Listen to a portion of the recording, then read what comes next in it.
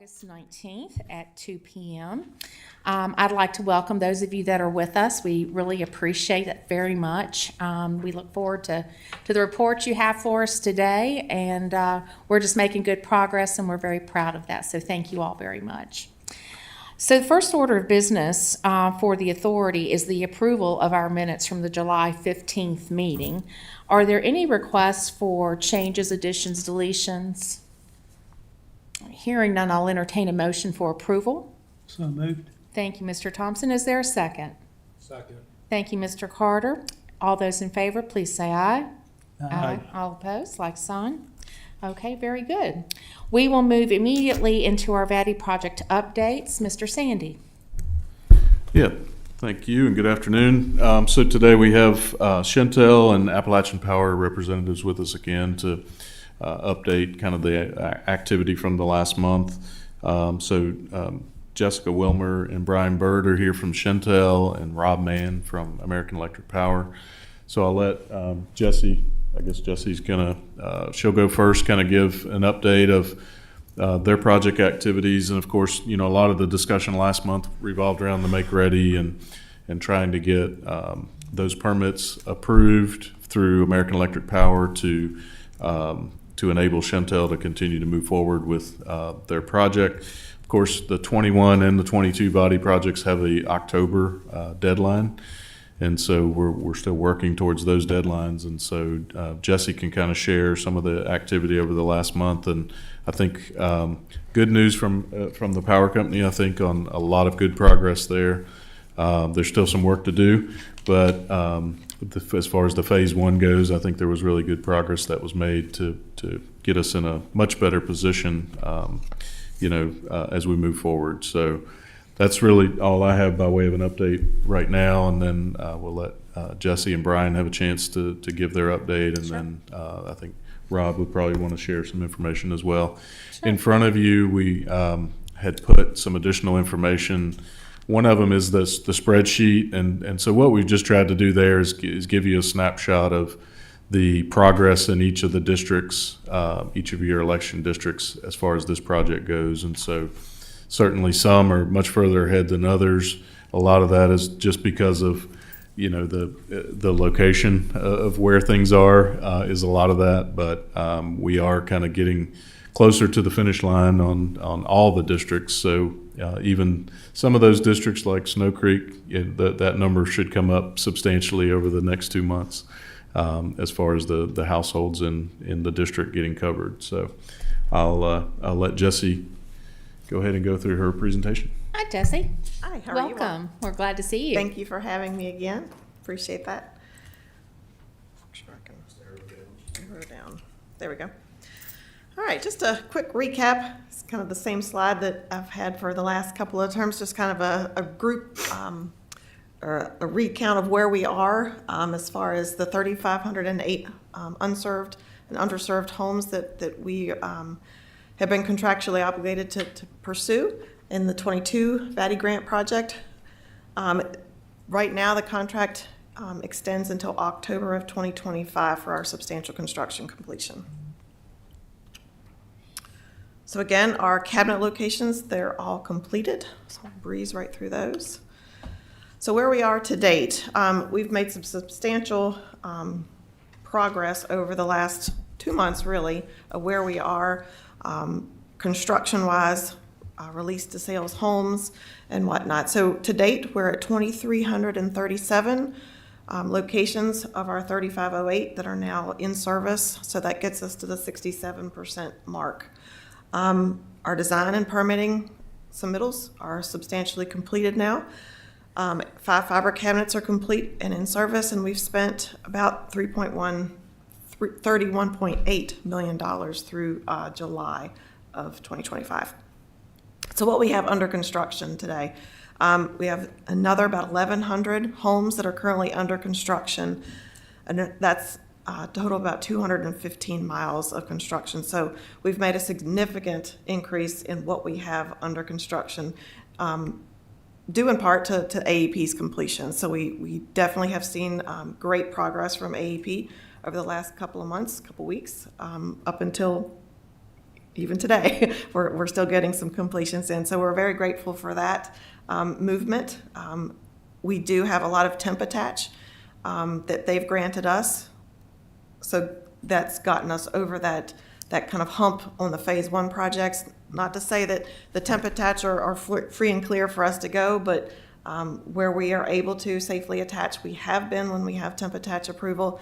We're still running into a few tree clearing areas, a couple poles that we can't attach to, even though we've been granted temp attach. So there's some still little issues that we're kind of weeding through as we get to them from the temp attach approvals, but we've definitely seen a good amount of progress there. We do hope that we get about 600 of those locations that are under construction in service by the end of September. That's our goal, to have those. So the additional 60 locations that we anticipate getting released to construction in third quarter going into fourth quarter are those phase two areas that we've submitted to AEP permitting wise. So I'll let Rob talk more about where AEP is on the phase two projects, but from what we understand, if we can get those phase two projects, make-ready projects completed by mid-September, we're right on their heels and trying to get these last 60 homes under construction here in the third quarter. And then we continue to do project cleanup. So where we've had temp attach all throughout the county, we're going back and permanently attaching to locations, not just in these new areas we're under construction, but some that maybe we had completed a year ago. Now AEP has completed the final make ready, and then we can go back and permanently attach. So there's lots of cleanup work happening as we complete these new installs as well. So just a quick map of where we are. The green represents the locations, our VATI locations that are currently in service.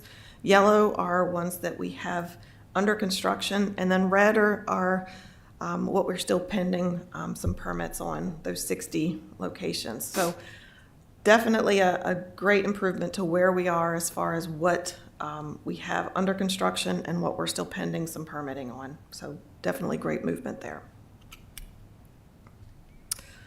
Pivoting to the 21 project. So this one again was much smaller, 612 unserved locations, 417 homes, and then this one included about 195 vacant lots, 28 miles of new plant. So comparatively a much smaller project. That also has a contract deadline of October of 2025 as well. So to date, we've got 360 of those locations, which includes 79 lots. So that's at 59% complete with that project. Design and permitting are complete and cabinets are in. We've spent $1.8 million on that project through the end of July. And happy to say now that we all have permits for all of those locations now, thankfully.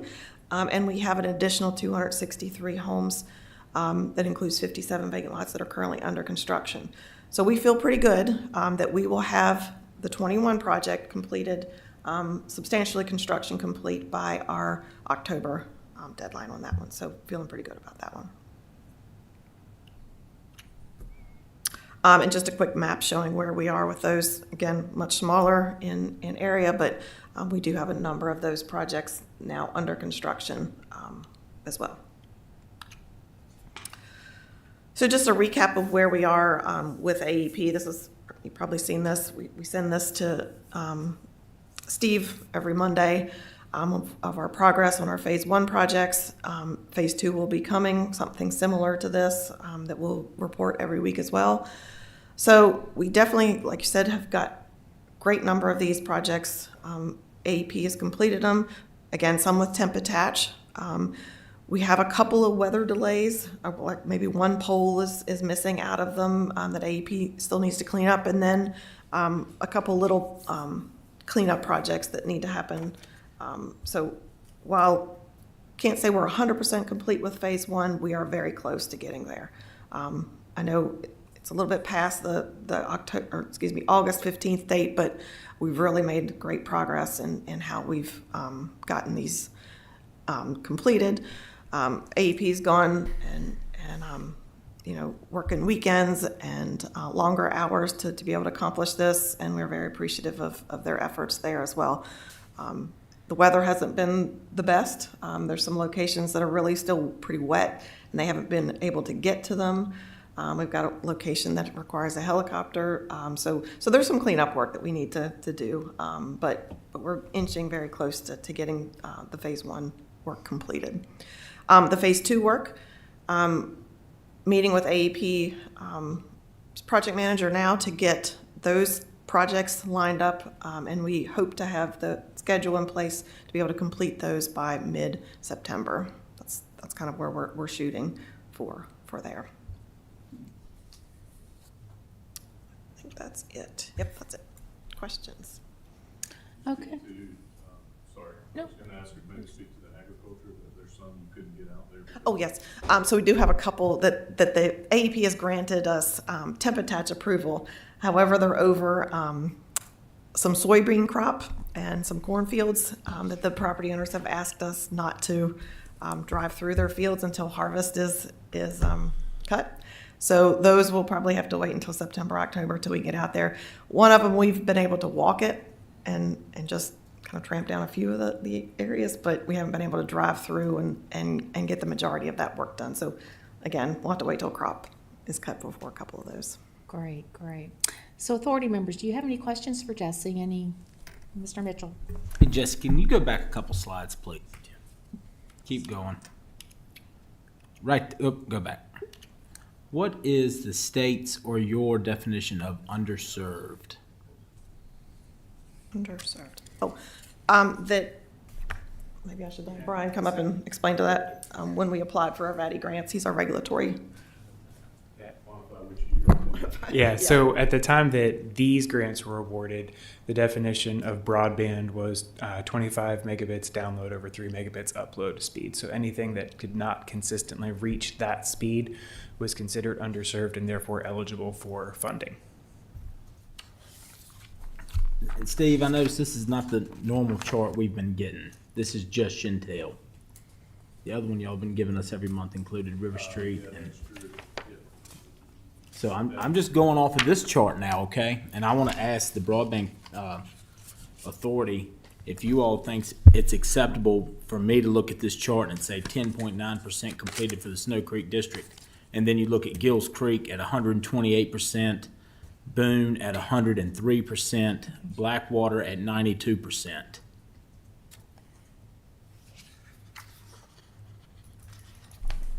And I can address some of that. So if you look at this map, if you picture it, the activity started kind of in the eastern part of the county, and they've kind of moved across the Boone district over to the Blackwater district and kind of down to Blue Ridge and Snow Creek. And so it's kind of moved in a counterclockwise kind of fashion. And so you'll see there that most of the yellow is now down in Blue Ridge and Snow Creek. And so There are no I'm not, dots in Snow Creek. I'm sorry?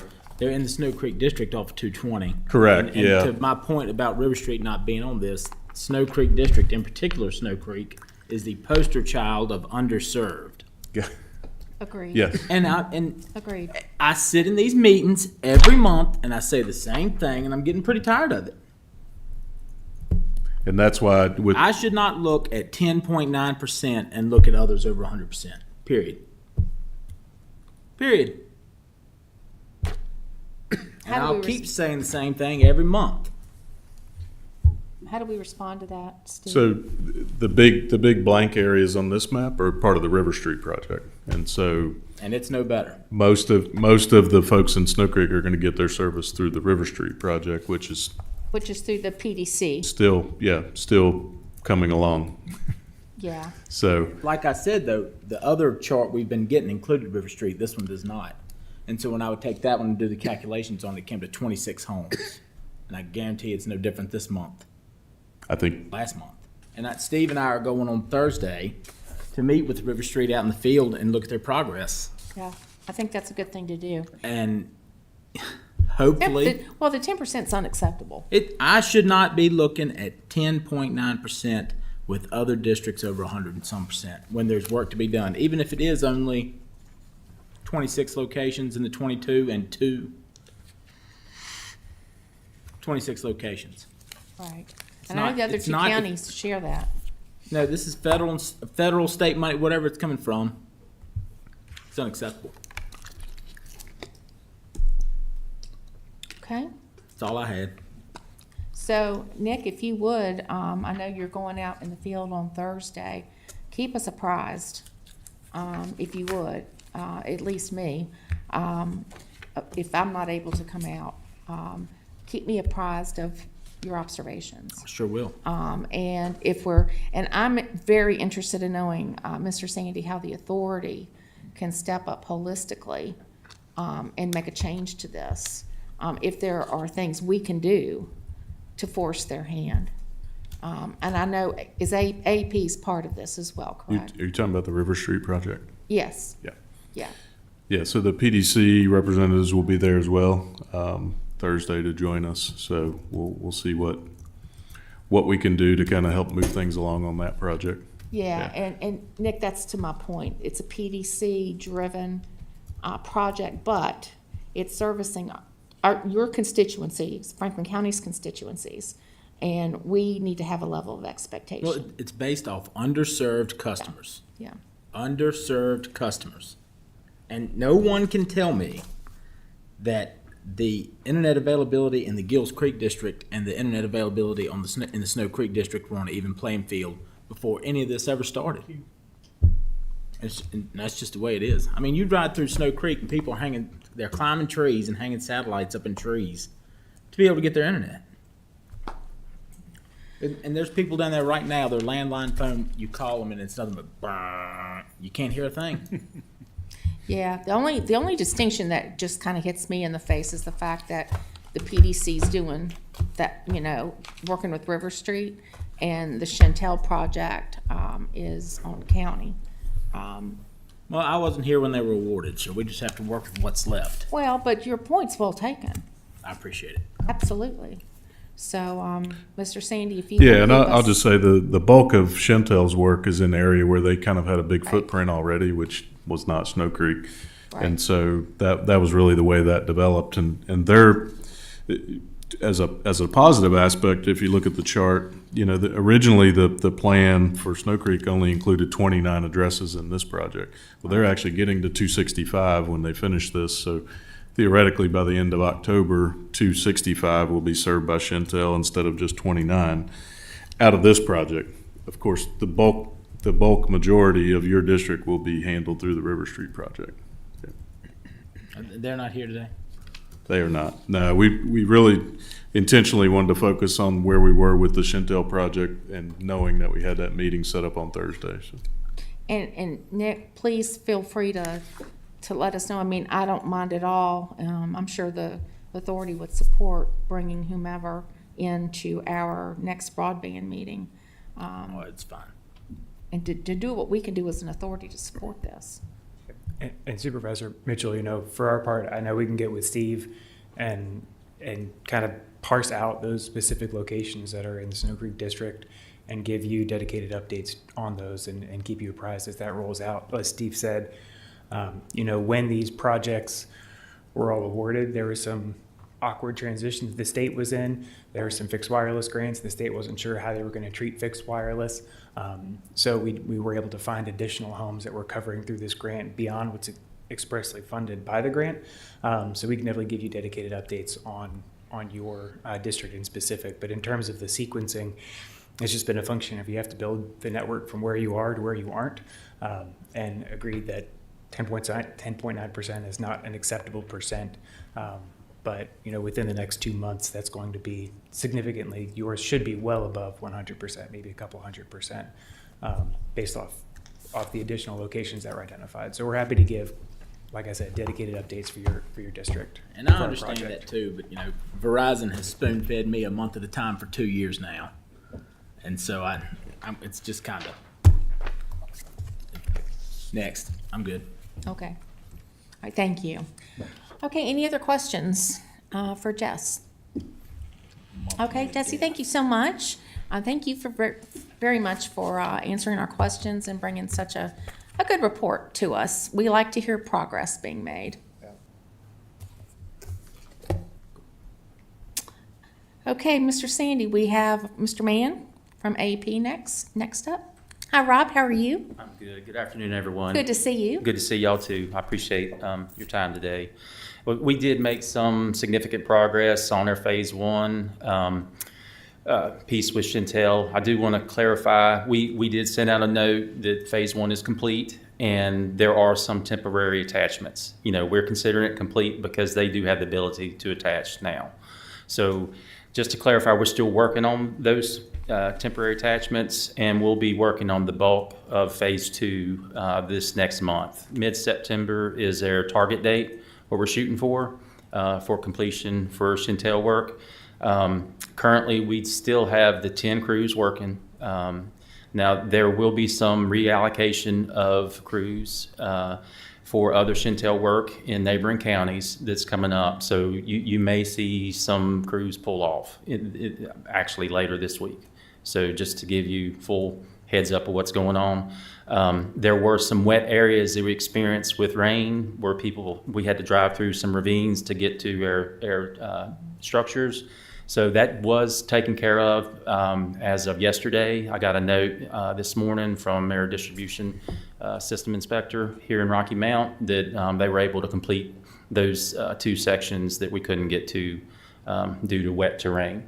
There still is a helicopter pole that needs to be done, so that's in progress and will take place this next month. So we continue to work with Chantel. They have a lot of calls with our distribution permitting folks, as well as Joe Miller, our project manager. So a lot of coordination of efforts. Just to reiterate to the board, APCO's leadership is looking at this heavily. There's been a lot of email traffic internally and a lot of consideration given to the county to get this completed. So just to reassure the board, we're not holding back anything. We're still working hard to complete this by the deadline date. Well, Rob, we certainly appreciate the work that's been accomplished. We're, far from where we were the last time we met.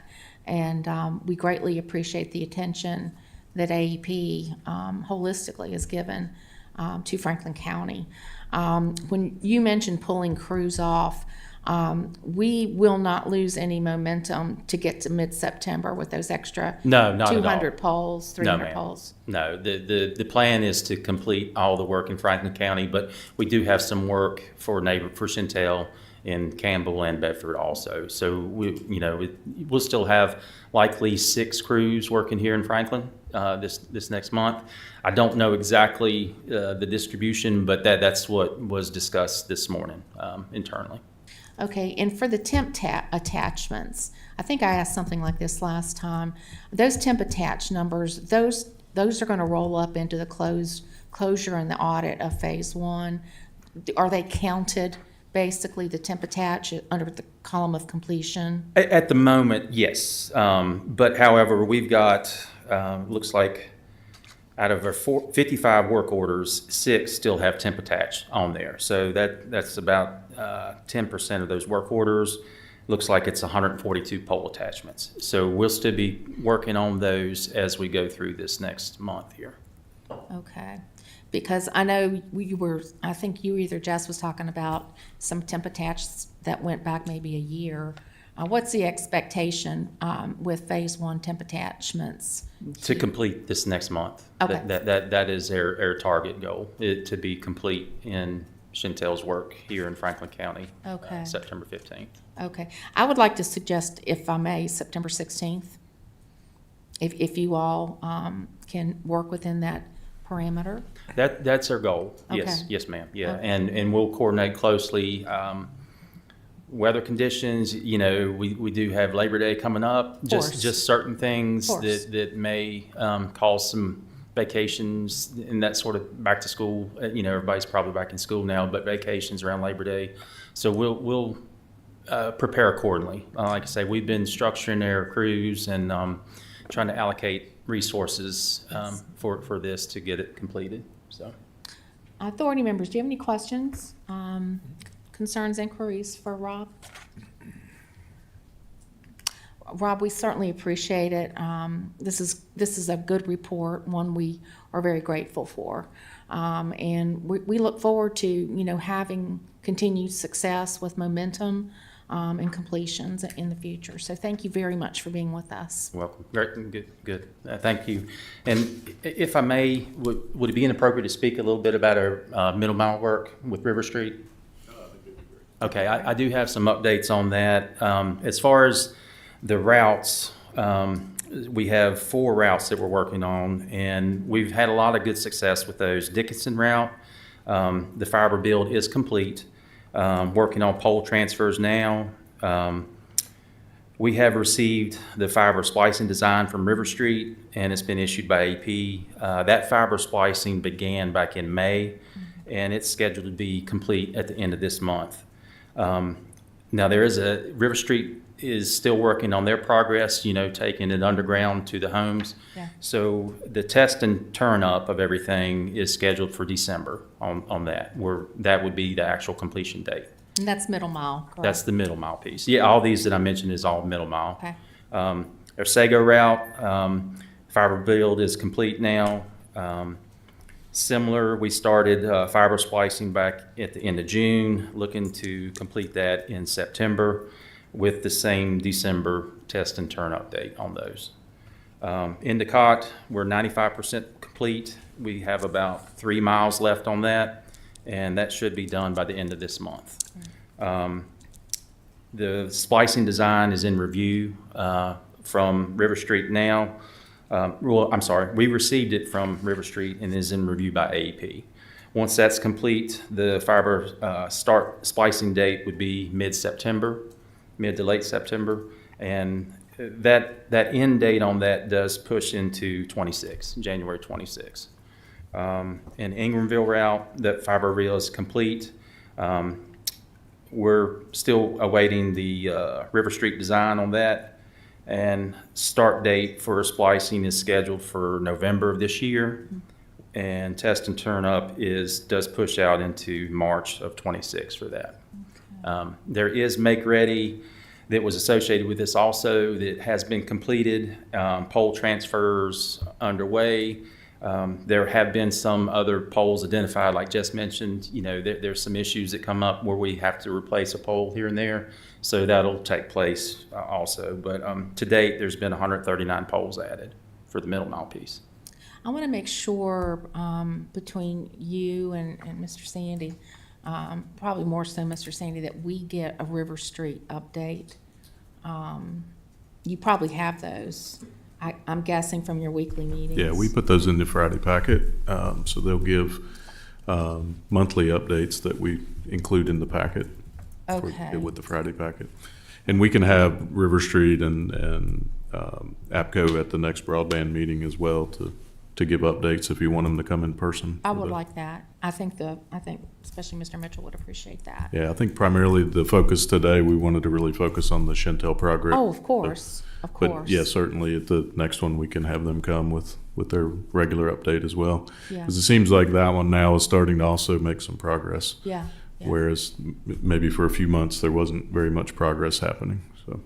Well, we greatly appreciate all of the work, Rob, and if you would express our gratitude to your staff and Amanda and those that are involved in helping to expedite this, I would appreciate that. Absolutely, will do. Thank you. And then just one last piece on River Street. AP is coordinating with River Street bi-weekly. Good. So there's a lot of communication on to keep that momentum moving forward to get that completed as well. Good, that's encouraging. All right, thank you. All right, thank you. Okay, Mr. Sandy, did you have anything else? The only thing, we put some information in your packet a week or two ago just about the BEAD program. Yes. So just a brief update there is, the state, the governor, so we go back, DHCD had been working to put together their plan of how to spend the BEAD dollars, which is the federal money, which was going to go towards the broadband activities. Everything we've talked about in these meetings really has been state money thus far. So, Right. so BEAD is really the next step, which is federal money, and we anticipate that is what is going to get us as close to 100%, coverage throughout the county as we can get. So that number was about 2,800 remaining households that we were anticipating BEAD to cover. So this BEAD program, it's really been going on for a while. I think almost 2 years that the state has been working to put the program together. Basically, the federal government said, state, you tell us how you'll spend this money and what it's going to take. And so they've gone through a lot of iterations. And so Virginia was one of the first states to actually submit the plan. The governor has signed off on it. It now is with NTIA, which is the national group that will fund this and approve it. And so at this point, we're waiting really to see what the federal government does if they accept it. There was a comment period. You may have seen some of the dialogue where Starlink is, I think Starlink is thinking that more people should use Starlink instead of fiber. I think personally, and I think really the authorities' theory over the past several years has been fiber is probably the tried and true technology, and wherever possible, we'd really like to have that hardwired line to somebody's house. Not that satellite isn't an option for some people, but where we can, we would really prefer the fiber line to get to people's houses. So there's a little bit of process now. I think we're a little bit of lobbying and pushing from Starlink and some others to get more of a hold or more of a share of that process. For us, they really awarded the remaining addresses to 4 or 5 different groups. River Street actually was one that got a lot of those, and Zytel as far as the fiber goes. There was some satellite awards to Amazon and to Starlink and some other things, but the bulk of it was, for us, is proposed to be fiber, which is good. And if you recall, with the BEAD program, the internet service providers will work directly with the state. We will be involved, but we will not be the grantees, and we will not be, from our perspective, we will not be processing invoices and responsible for the financial pieces. That'll be all handled directly, which Brian's probably smiling very big, that we don't have to deal with the federal aspect of that. So anyway, that's kind of moving. You know, we'll see what happens with the federal government, if they approve it in whole or they approve it in part. Yeah, because I was going to say, I think that the predicate at this point is the feds releasing the funding. Yeah. And there's been a big question around with the change of administration as to whether the funding's going to come down to the Commonwealth. Is that correct? Well, initially there was an allotment of 1.4 billion Yeah. for Virginia. I think some of that has already been cut, and I think the real question is how much of it is still going to be available to Virginia through this program. And so we've submitted, the state has submitted a plan for how they would spend that money, and it was less than what was allocated. So hopefully that's good, that the federal government will say, okay, great, you seem to be doing more with less, so we'll go ahead and award it. Again, we're kind of right at the front line. I think we're either the first state or second state to submit that. So I think it's anybody's guess right now when that might, get awarded or how it might get awarded. Do we need to have a plan B in mind? I mean, I can't envision that the feds would not fund BEAD. I think they'll fund it in some way. I think it's just a question of how they'll fund it, how much they'll fund it. I just want to make sure that we are going to be able to serve our citizens. I think our plan B is still VADI. There is still money in VADI, what they call VADI 2025. There is still some money. It's not 1.4 billion, but No. it's some money that I think we would have an opportunity to tap some of that as well. And the VADI allocation's been decreasing. Sure. So, And part of that was the state knew this money was out there from the federal government, so, they weren't. they just relaxed it a little bit. Mm-hmm. Yeah. But there is, in the budget, there is some VADI money to do some more things, so potentially that's a plan B. Good. If we don't get fully funded or don't get as much as we thought we were going to get through the Right. BEAD program. All right. Well, thank you. Does anybody have any questions for Mr. Sandy? Thoughts? Okay, so Mr. Sandy, thank you for your support. We are on the place at our agenda just for any general comments from authority members. If you have any, please let us hear from you. Okay. Okay, hearing none, I'll entertain a motion to adjourn the Broadband Authority meeting. So moved. Thank you, Mr. Thompson, and second, Mr. Tatum. All those in favor, please say aye. Aye. All those like sign, and we are adjourned. Thank you all. Huh? Yeah. You've made some notes on it.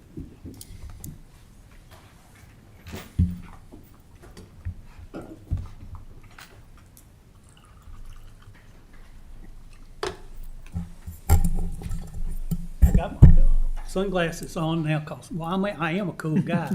But I got these on because my others, they don't work no more. And so I got these on. So anyway, we'll get our meeting started today. It's good to see everybody. We've got a lot of important stuff to do today.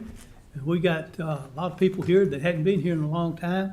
And it's good to see them. And the fair was successful. There'll be more said about that shortly and all of that. But let's go right now. Let's get started with our invocation and our pledge to the flag. Mr. Tatum's going to do the invitation, and Mr. Carter's going to do the pledge to the flag. Mr. Tatum. It's good to see everyone here today. It's good to see a lot of familiar faces, a lot of old friends here. I just want to recognize Rick Huff for being here, a good friend to Franklin County, and as we have this special day as we honor a very special lady with us and also honor a very special young lady with us today as well. But at this time, let's go to the Lord in prayer. Our most kind and gracious Heavenly Father, we come to you today, Lord, thanking you and praising you for all you do for us, Lord, the many blessings of life. Father, we thank you for this opportunity that we as a board have to serve the citizens of Franklin County.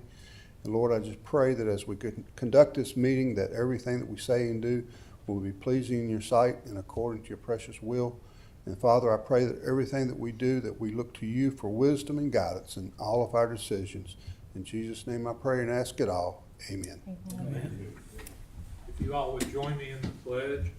I pledge allegiance to the flag of the United States of America and to the republic for which it stands, one nation, under God, indivisible, with liberty and justice for all.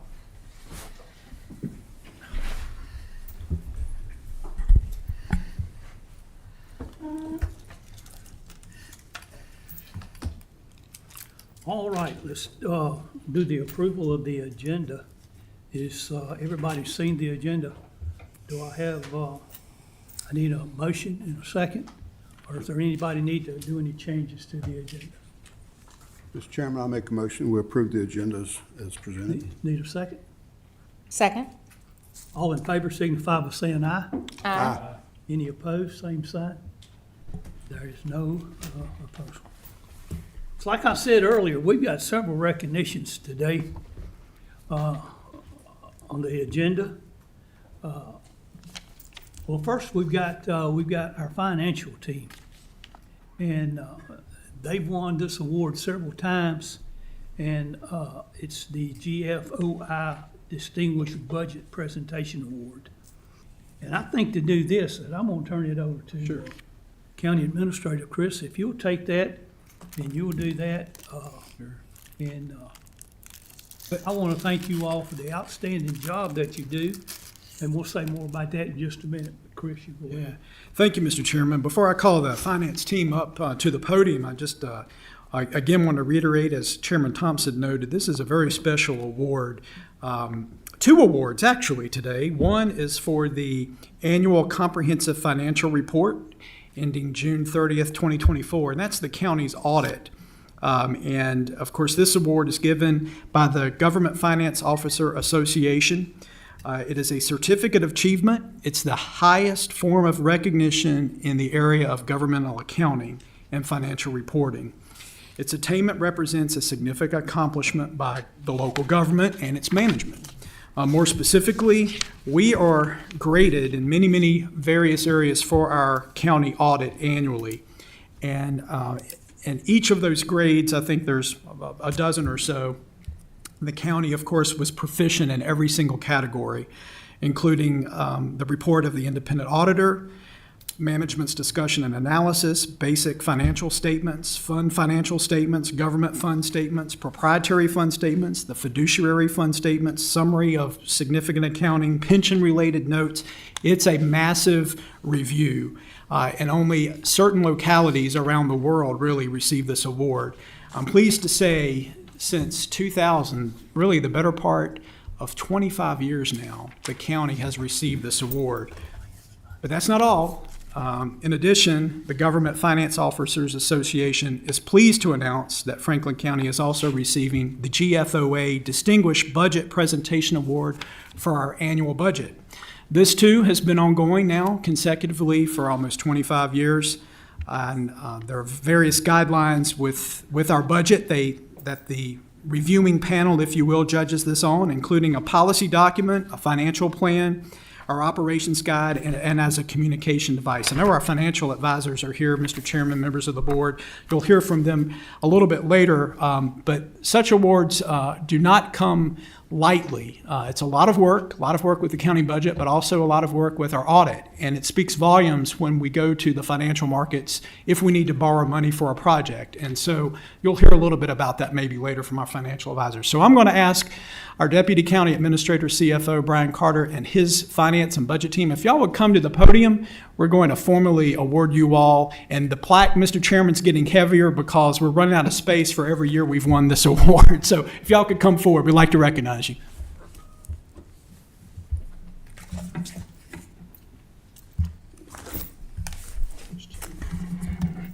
We got enough wall space in here?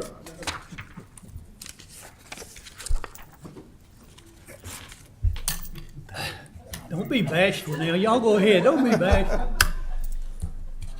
All right, there's the budget award. This is the audit award. Again, let's just give them a round of applause. Yes.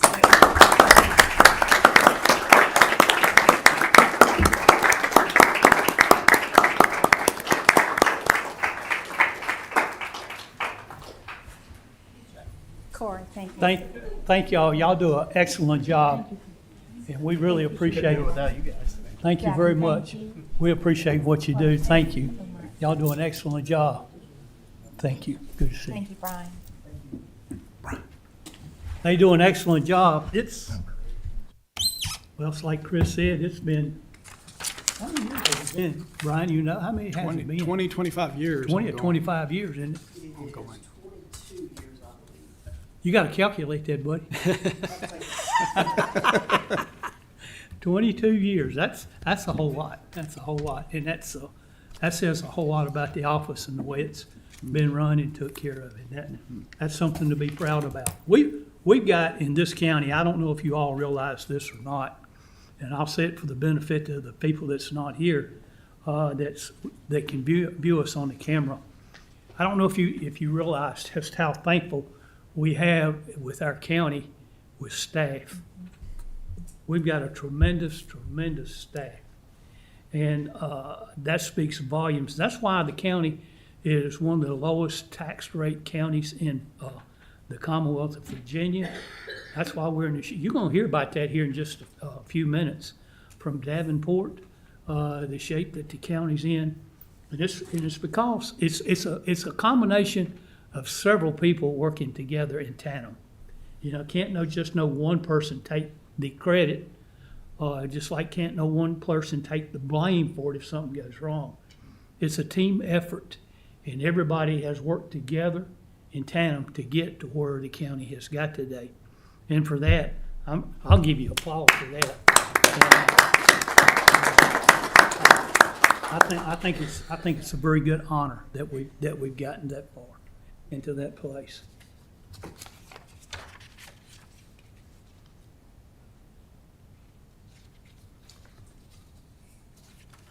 Okay, next we've got a young lady here, and I'm gonna get her and her parents to come up. Miss Isabella. Izzy, if you'll come up. Daddy's not gonna come. Come on, Daddy. Now, Izzy and my granddaughter, Olivia, they are best of friends. They're big buddies. And I don't know. Thank you. I don't know, how many hours a day do they talk on telephone together? 47? Is that about right? Is that about right? They talk a whole lot on the phone together. All right, there's a resolution of appreciation. And I want to read this out. Whereas the Franklin County Board of Supervisors is proud to recognize Isabella McCarty, a fifth grader student at Lee Wade Elementary School, who has been named to the Roanoke Magazine 2025 18 Under 18, a prestigious honor recognizing youth making a meaningful impact in their communities. And whereas Isabella excels academically as a straight A student in the Gateway Enrichment Program and demonstrates entrepreneurial spirit through selling homegrown produce and baked goods at the Rocky Mount Farmers Market.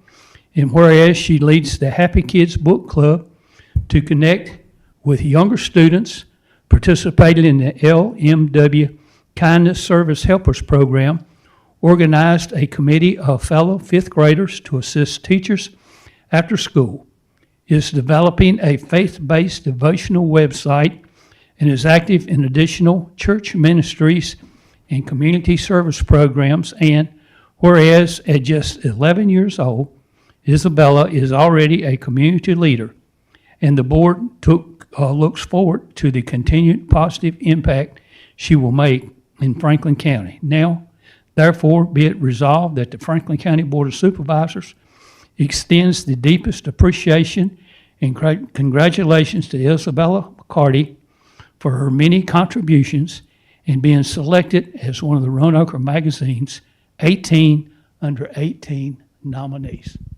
Here, here.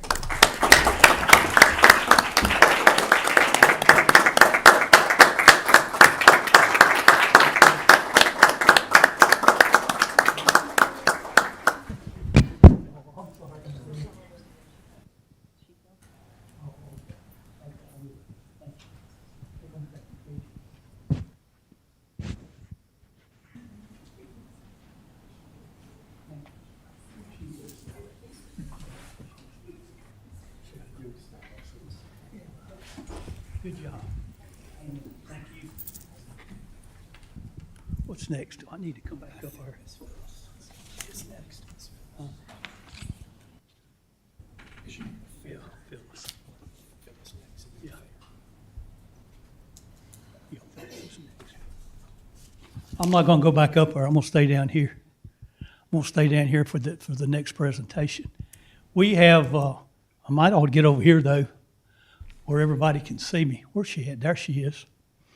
We gave her an award a few weeks ago, 50 years. Now, there's not a lot of people that work 50 years, let alone work at one place 50 years. And that's what Miss Scott, better known as Phyllis, that's what she's done. She's been around the whole time. Now, there's somebody else here today that's come to see her, and he is used to be one of the county administrators. Where's Rick at? There he is. I see him over there. And no, you didn't hire her. She was here before that. She was here before that. Yeah, you didn't hire her. She was here before that. Who hired you? Sam Quinn. Quinn. Okay. Yeah. Okay. Mr. Quinn. All right. Come on up here. Come on, buddy.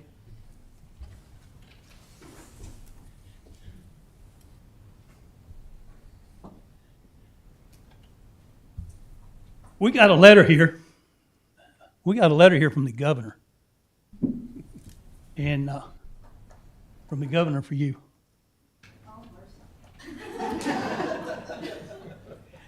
And I'm gonna get Rick to read that. I'm gonna get Chris to read that. I got him on my mind. Rick would do a better job at it, as I see in the audience. Okay. All right. So this is Yeah, oh, that's for sure. Ms. Scott, this is from the Office of the Governor of the Commonwealth of Virginia. It says, "Dear Ms. Scott, it's my great pleasure to congratulate you on your retirement from Franklin County as payroll and benefits specialist with 50 years of service as a dedicated employee. I would like to personally thank you, the hard work and the effort you've shown over the years. As you reflect on your career, you can be proud of the respect and admiration you have earned. Thank you for faithfully representing Franklin County and performing your duties to the utmost of your ability. Your service to your fellow Virginians is an example to us all. Virginia is blessed by the tremendous commitment you have shown to your work. Thank you for upholding the highest ideals of service in all that you do and helping to make our Commonwealth an even better place to live, work, and raise a family. Sincerely, the Honorable Governor Glenn Youngkin, Commonwealth of Virginia." Congratulations.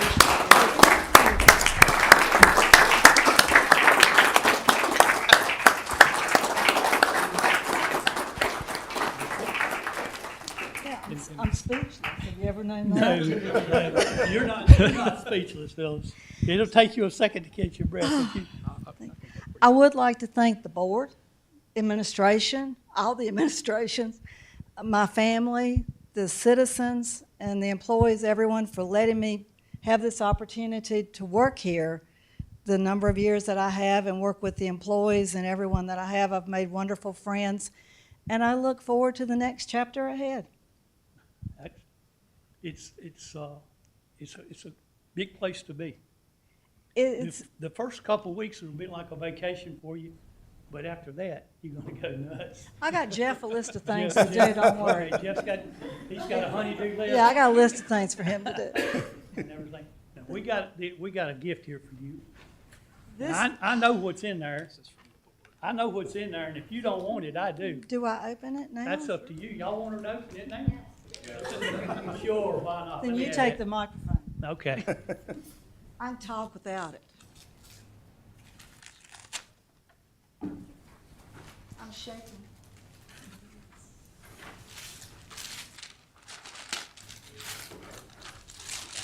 I'm not one of these really nice unwrappers. No, just tear it open. I'm doing it.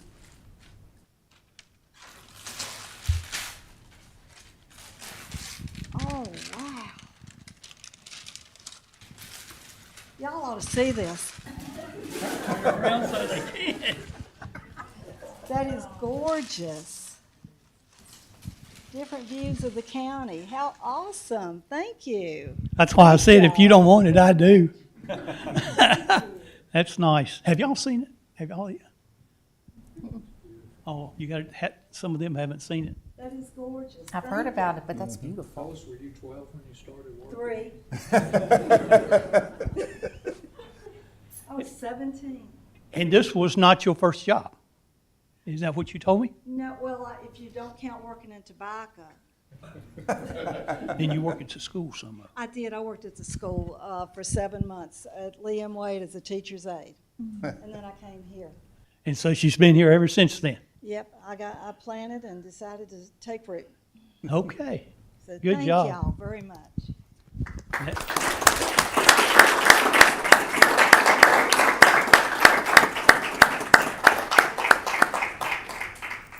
Thank you. It is.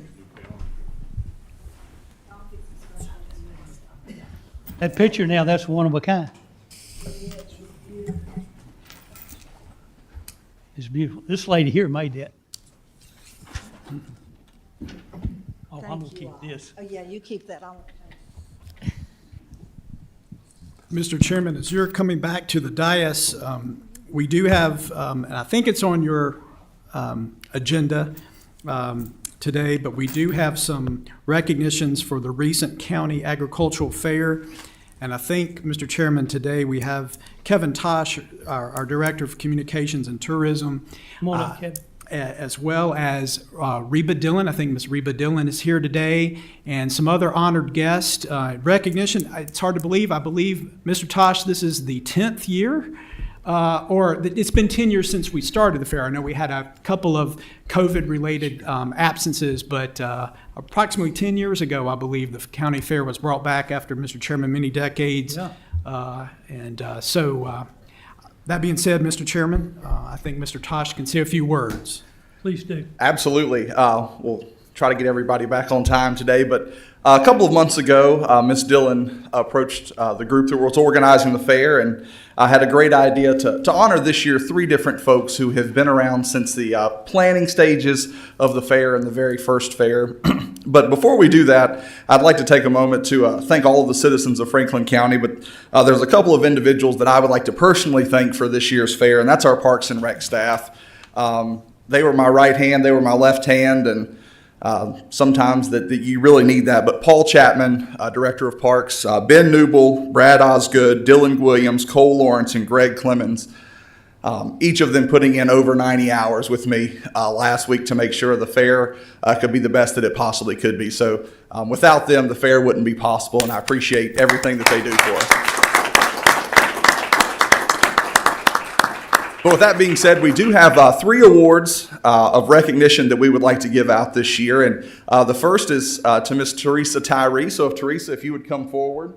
She's not going to do it. I don't know if she'll come up. But Teresa, I consider her the queen of the cones. If you've ever been to the fair and you see the sea of orange cones, that is Teresa's doing to keep everyone safe. She also runs our parking services. But Teresa's been around not only the Franklin County Agricultural Fair, but just about every large-scale event. From the wine festival to We Care. Teresa's a big community member, and Teresa hates being recognized. So, we had to twist her arm to get her here. But, Teresa's just a big part of all the good things that go on here in Franklin County. So, Teresa, thank you for everything. The next one that we would like to give away, the award, is to recognize Carol Haynes with the Virginia Cooperative Extension. And I may be a little bit partial, but I think the competitive exhibits that we have at our fair are second to none. And Carol, along with the Master Gardeners and her cohorts at the Virginia Cooperative Extension, do a phenomenal job. Carol is at the fairground starting on Monday, and she's actually there all the way through Sunday pickup. And just with all of the competitions and again, without Carol, I don't think the fair would be what it is. And again, thank you for all of your hard work each and every year. And Carol always has a smile on her face. And I don't know if Carol has ever told me no to something. She's always trying to make things work. So we again appreciate Carol and all that she does. And our final one that we would like to give away this year is recognition of Chairman Thompson. Chairman Thompson had the idea to bring back the fair many years ago, and I don't think that we would even have a fair if it wasn't for Chairman Thompson and all of these other 4 individuals, including Miss Dillon, that have been around since the beginning. So Chairman Thompson, we appreciate your forethought to bring the fair back and your unwavering support of the fair every year.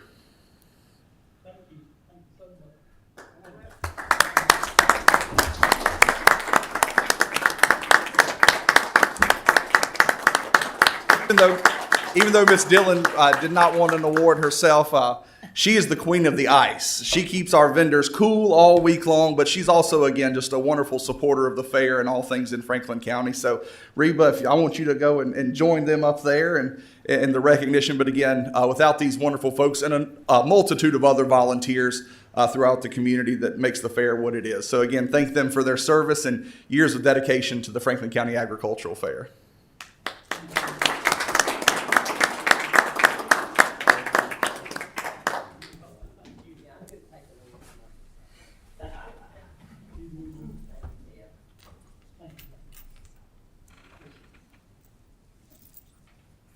Mr. Chairman, while you make your way back up, I think we would be remiss, Mr. Tosh, you're running away way too fast, if we did not extend to you a hearty congratulations and our debt of gratitude for all of the work that is significant in pulling the fair off.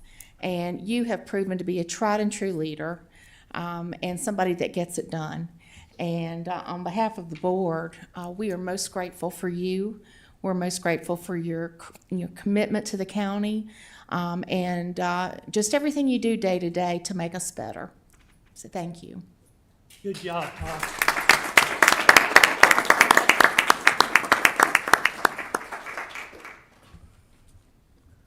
I was not expecting that, I'll tell you that.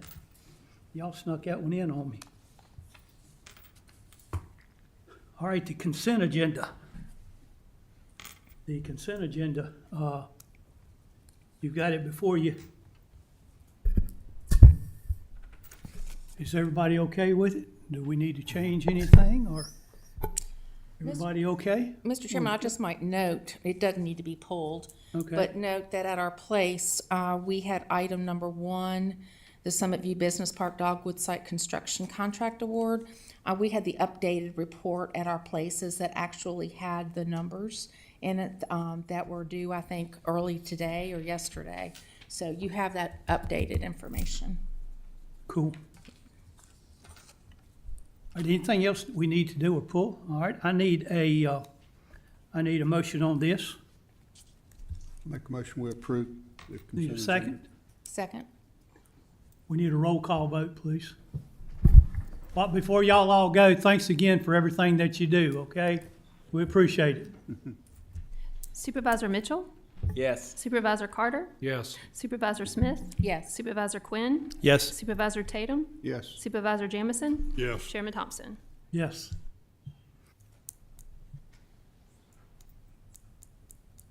Okay, I don't see Brian here, but I do see Robin. Ms. Keeler, will you come forward, please?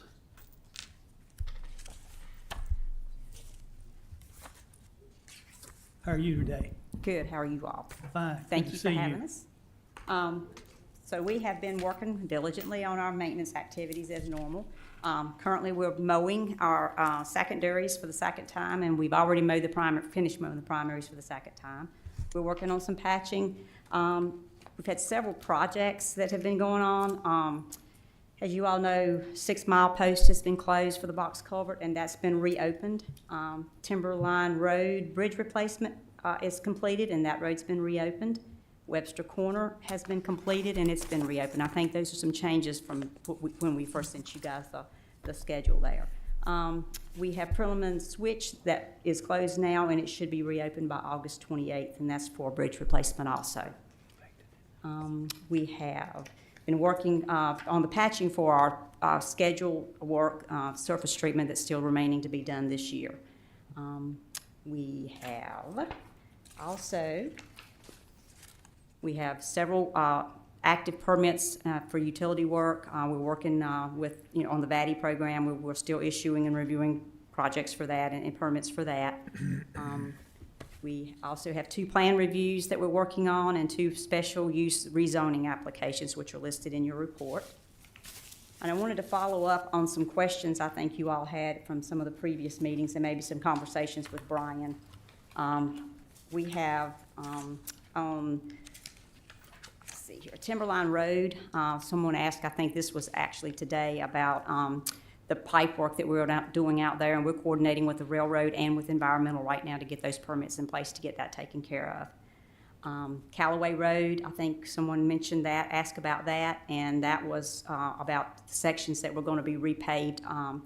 We've got one section this year that's going to be done, and then the section next year that's going to be done, FY27, will complete pretty much the whole road there for what all we needed to get done. Old Forge Road, there was a complaint about that. I think it's some pretty rough areas out there from the bridge to where the hot dog stand is, and we will be paving that with our own paver within the next few weeks. We should be able to get started on that.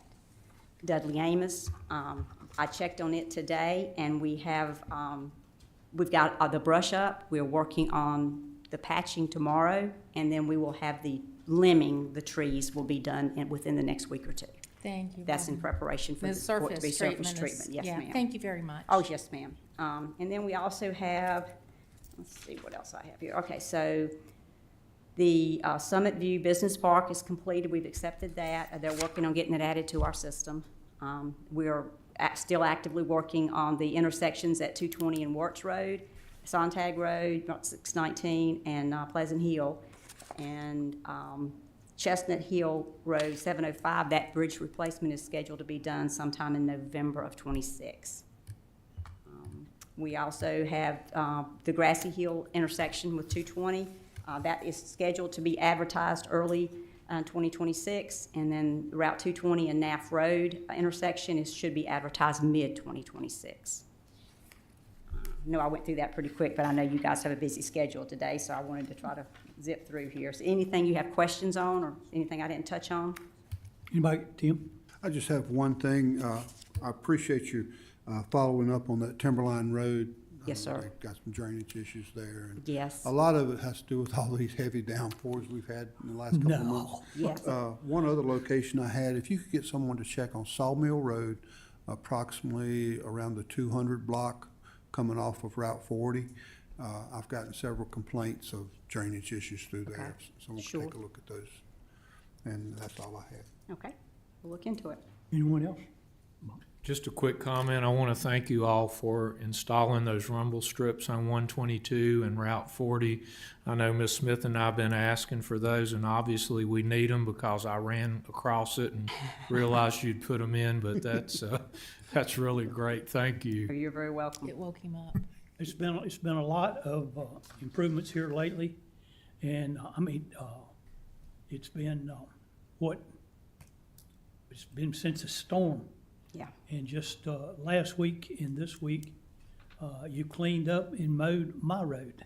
Good. And I appreciate that. Yes, It's sir. been, and I've had a couple, I said, they working as hard as they can go. We And are. I said, they're gonna get it, and you got it this week and last week. Good. Hauled the brush off last week, mowed, matter of fact, you mowed today. Oh, good. And so. That wasn't by design. We didn't plan it that way. I know you did, but I really, really appreciate it. Thanks a whole lot, and the whole Welcome. board. And on behalf of our county, you ride around other counties, and then you come back to Franklin, and you can see the roads, the shape the roads are in, and along the sides of the road. VDOT, y'all do a good job. Well, thank you very much. We appreciate that. Thank you. We have been very busy the last few weeks, especially with our bridge and pipe replacements, trying to get those done before school starts, so we don't disturb the buses Oh, anymore yeah, than we have to. okay. That's a good idea for the buses to start running, Yes, sir. and, yeah, that's a good idea. Anybody else? Anyone else? Thank you, Robin. Thank you. Appreciate it. Thanks, Robin. Thank you.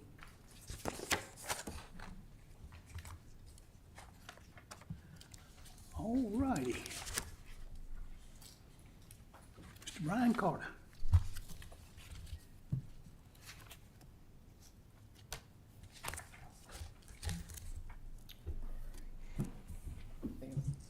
Thank you, Mr. Chairman. We have several items today, so I brought the entire book with me. Won't go through it all. All right, so the finance report is our first item, and so this is our first finance report for the new fiscal year. So I'm gonna, in the sake of time, because I know we have a lot of matters, I'm gonna go through it fairly quickly.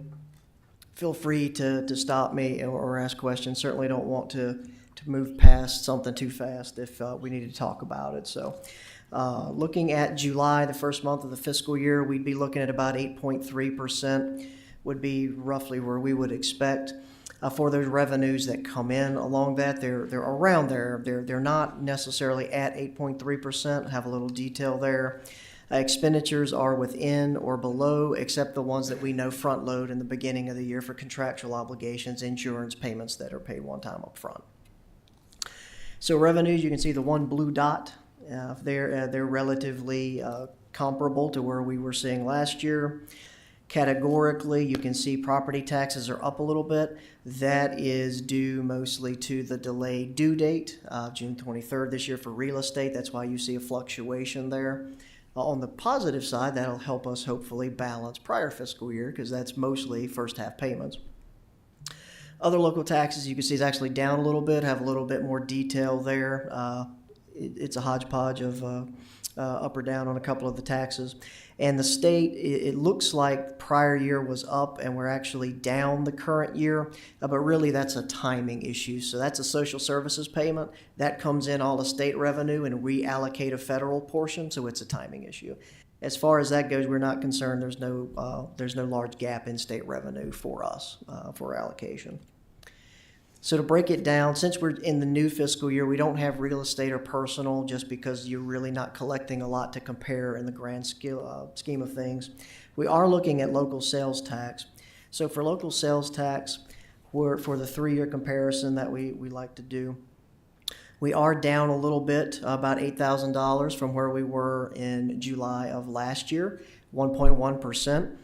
We're still 8.5% of budget. And so if you notice the trend though, We were at 8.96% of budget in July last year, 9.14%, we're 8.54%. So we are trending downward as far as the comparison.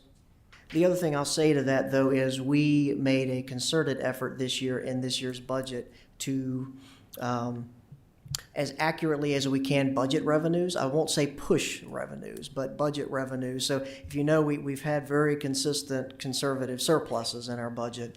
So some of that is going to be these, and some of these you see is we tried to do a little bit more towards what we've seen actually coming in, be a little less conservative as a way to see it in our budget. So you'll probably notice that as we go throughout the year on some of these percent of budgets. You're going to see the same thing on meals tax. It was 11.3% of budget, which is above. That one was $10,000 over last year, about a 6% growth rate, so we're glad to see that. That is still a little bit down from where you would see in the 2 prior years through July as a percent of budget. But again, we anticipated that with how we budgeted the meals tax for this year. So transient occupancy was down a little bit, a small amount, $3,300, still 14% of budget. And again, you see the trend. It was up from 2 years ago, down from last year, but we're still within a realm of where we would want to be as far as budget is concerned. So general fund expenditures, you see the one dot there, and so that is for the current year. And really looking at the categories, we'll show that next. There's not a lot of change. The main difference on this one that's driving it up is it just so happened the monthly school transfer was higher in July than it was last year. And that ebbs and flows based on when state and federal reimbursements arrive. So no real concern there from a local expenditure perspective.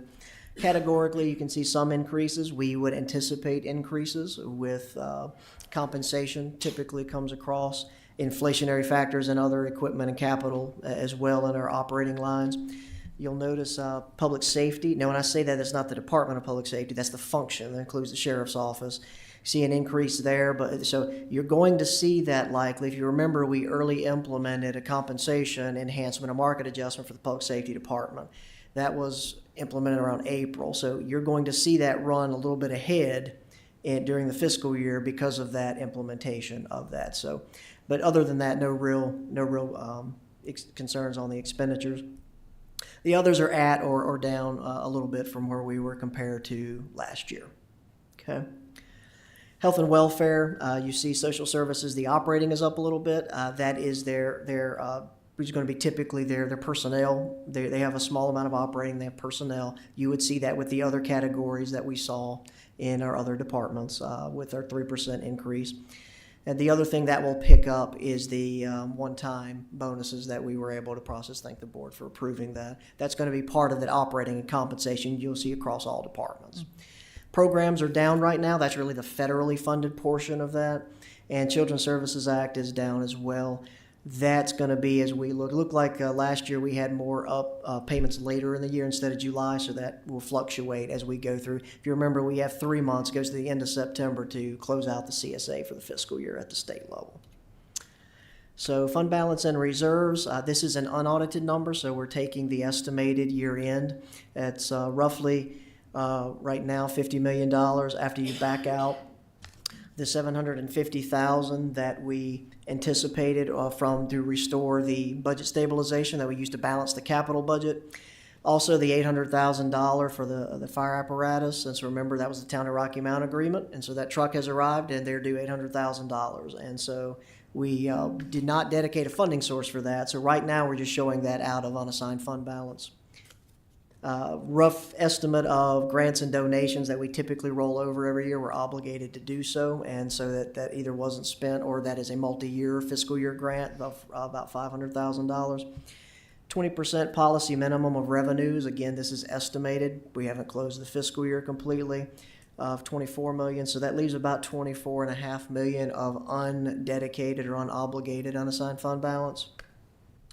One thing that I think may be helpful, and of course, ultimately, the financial report is for the board, so it's information you want to see. We typically take a snapshot in time at the end of the fiscal year. However, that fund balance ebbs and flows because our revenues do not come in on an even, consistent basis. I think it will be more helpful to maybe provide that snapshot monthly rather than at the end of the fiscal year and then some adjustments.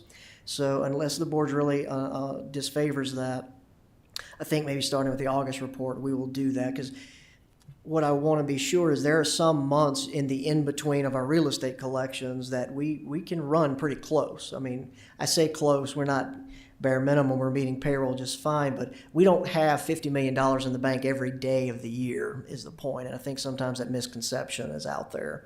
So if we're okay with that, I'd like to maybe show a more accurate monthly picture for the board to see what's going on with cash and fund balance throughout the fiscal year. So if you see that a little different next month, then just be aware of that. I'm thinking that would be a better indicator for you of how our finances are looking. And so the economic and state budget, the CPI increased 2.7% in July, and which was anticipated. Did not appear to be greatly impacted by a lot of the tariff impact. The core inflation went up 3.1%. That was a little bit higher than was anticipated. It was anticipated to be 3%. Mainly the shelter prices are what is housing. I think we all understand why that would be driving costs with what's going on in the market, just the lack of it or the lack of affordable housing. That is still driving up core inflation. I do not know when that relief will be in sight. The unemployment rate was unchanged. The Federal Reserve, because of the data, their meeting was going on about the same time the inflationary factors were released in the month of July. And so they left their benchmark rate unchanged at 4.25%, 4.5%. Their next meeting is September 16th and 17th, and so we'll anticipate them.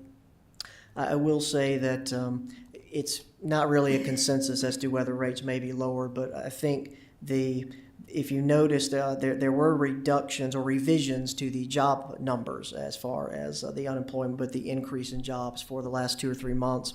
So I think the Fed's going to be taking that into account as well as inflation, because it looks like employers at this part are holding pretty much any investment, waiting on the Fed to lower rates, which is hurting job growth, capital investment, all of those items at this point.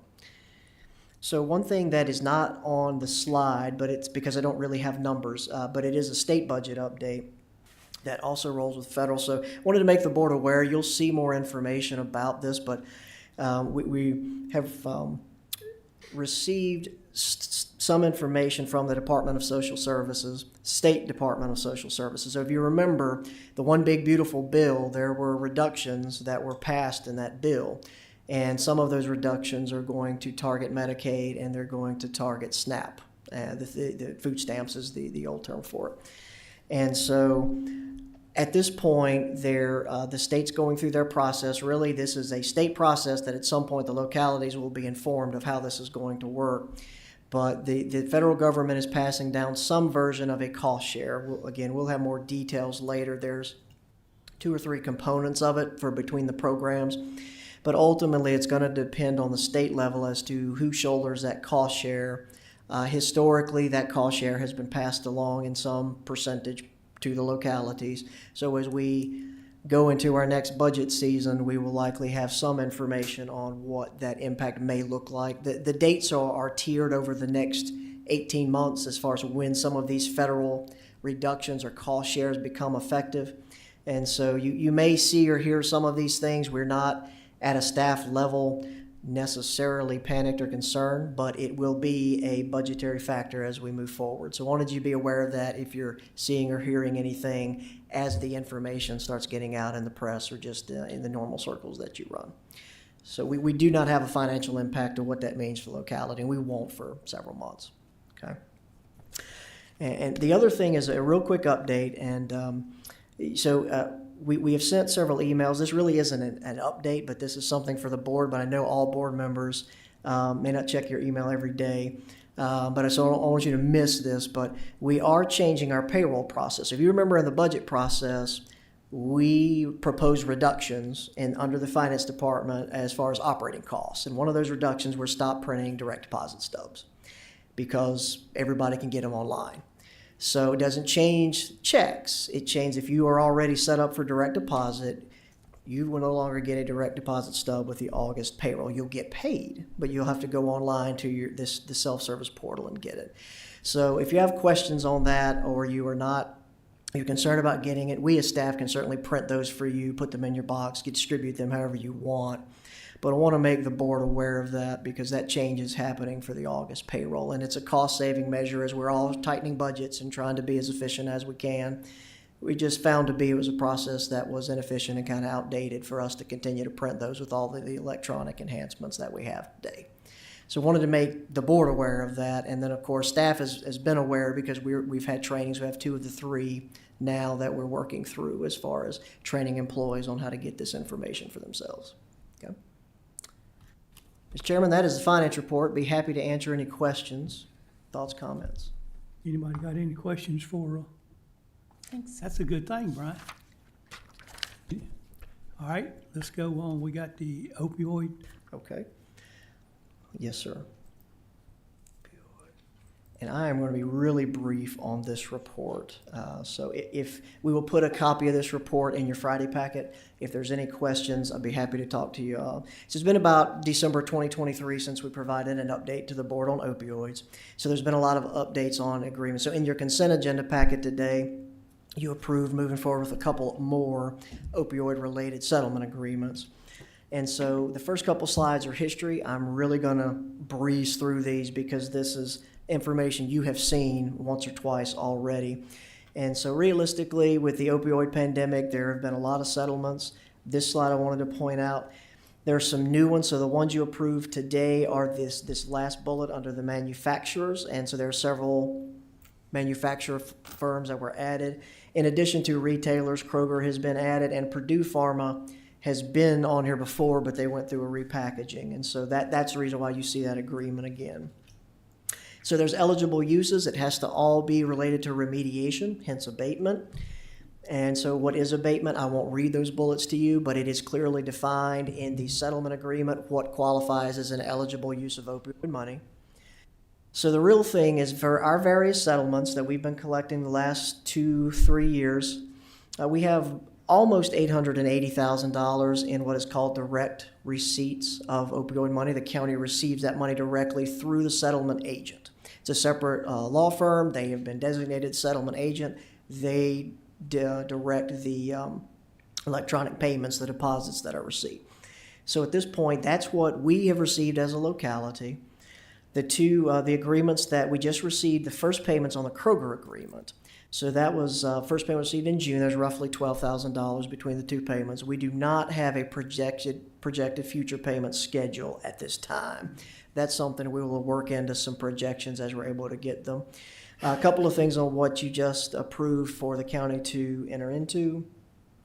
The Purdue Pharma agreement, they're looking to come back out of Chapter 11 bankruptcy. They've been back and forth and went all the way to the level of the Supreme Court on some of their items. The Sackler family agreed to pay $6.5 billion over 15 years. The Purdue estate from the old pharma, another $4.5 billion. So what we're looking at is about $39.7 million allocated to localities for the state of Virginia. Based on the percentage that they've given us now, the Franklin County would receive roughly $378,000 over the next 15 years out of that. I think a lot of that is going to depends on who accepts the agreements, and all those percentages will get worked out. So do not lock in on that number. One of the things we wait for is when we receive the schedule from a settlement agent, which will be the firm that is designated for that. That's when we bring it to you, and here's the available money that we have. The manufacturers is in a similar state. There are 8 manufacturers that are added to the list.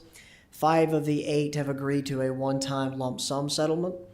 3 of the 8 have agreed to annual installments over either a 4, 9, or 10-year period. And that's part of the difficulty in these settlement agreements. They're all different. They all come with different amounts over different years of annual installments. And so trying to build a plan to spend the money, especially something that requires recurring operating costs, can be very difficult for the cash flow. So we have not received that yet either. When we receive an estimated schedule, that'll be a future update to the board. But those are the 2 newest ones that have been applied for the opioid. The Opioid Abatement Authority is, of course, the state authority that manages all of these. So they also have a separate funding pot of money that we are able as a locality to apply for. And so we have applied for some grants. We will have some that we'll be looking to apply for and something we want to bring back to the board for future money. But the basic thing as what we want to look at here is they have a gold standard, the VOAA. So if you hear me say that, this is Virginia Opioid Abatement Authority, the state authority that regulates this. The county has agreed to follow the gold standard, and what that means is that aligns specifically with these settlement agreements, so we know we're spending money on eligible items and programs. And so with that, we get an extra supplement. We're looking at right now with the OAA's projected distribution funds over a 20-year window. We're currently running out through the year 2042. We would look at just under $2.2 million in direct distributions. Those are funds that come directly to the county by the settlement agreements, just like two you just approved. The OAA also has funds of just under $1 million designated for the county as part of their individual distribution. So over the next 20 years, we're looking at over $3 million that we would have in opioid abatement funds. So this is a graphical of what the OAA looks at. I really won't dig into this other than to say that blue share is the direct share for the county, that 30%. So that $1 million that we're talking about for OAA, that's where that's coming out of for the locality. We do have to apply for that money to the state for the use of any of it. And so staff manages that process. To this point, we really only have one project that's been awarded, mainly because of the settlement, the weighting of the schedules and the settlements of cash flow purposes. So we have one project for the Grace House, managed by Piedmont Community Services, and they operate their Pearl program, and that's a safe housing, a recovery program for pregnant postpartum women, and it gives them an actual, basically, apartment for them while they go through their substance use treatment and program with newborns or currently pregnant. So that total was $155,526. So out of the $2.1 million, well, I guess I should say the $898,000 we've already received, $155,000 has been obligated. And so what we're working with, what I've asked Piedmont Community Services to provide is a 3-year plan, and they'll be coming to the board in the September meeting as the plan to present that to you and to either look for approval or to modifications to the plan. But the one-off, we felt like a consistent plan, and working with Piedmont, a 3-year plan was the most reasonable to project expenditures and program needs out that far. So we will bring that to you. Just key it up for the September board meeting. There is a cooperative and regional project that we have with also Piedmont Community Services with Henry County, Patrick County, and Martinsville. They're all the localities in that served in their community service board district. It's called the Lighthouse Project. Right now, it's an existing facility with renovations. It would provide a full crisis continuum for mental health and substance use care. That is $1.2 million of state money. There is no local money from our Franklin County money that was obligated for that project. So at this point in it, that is the only thing that's in it, so I want to be sure of that. We'll also bring updates to the board on that regional project as that moves forward. So that's a multi-year project, about a 3-year project as well with Piedmont.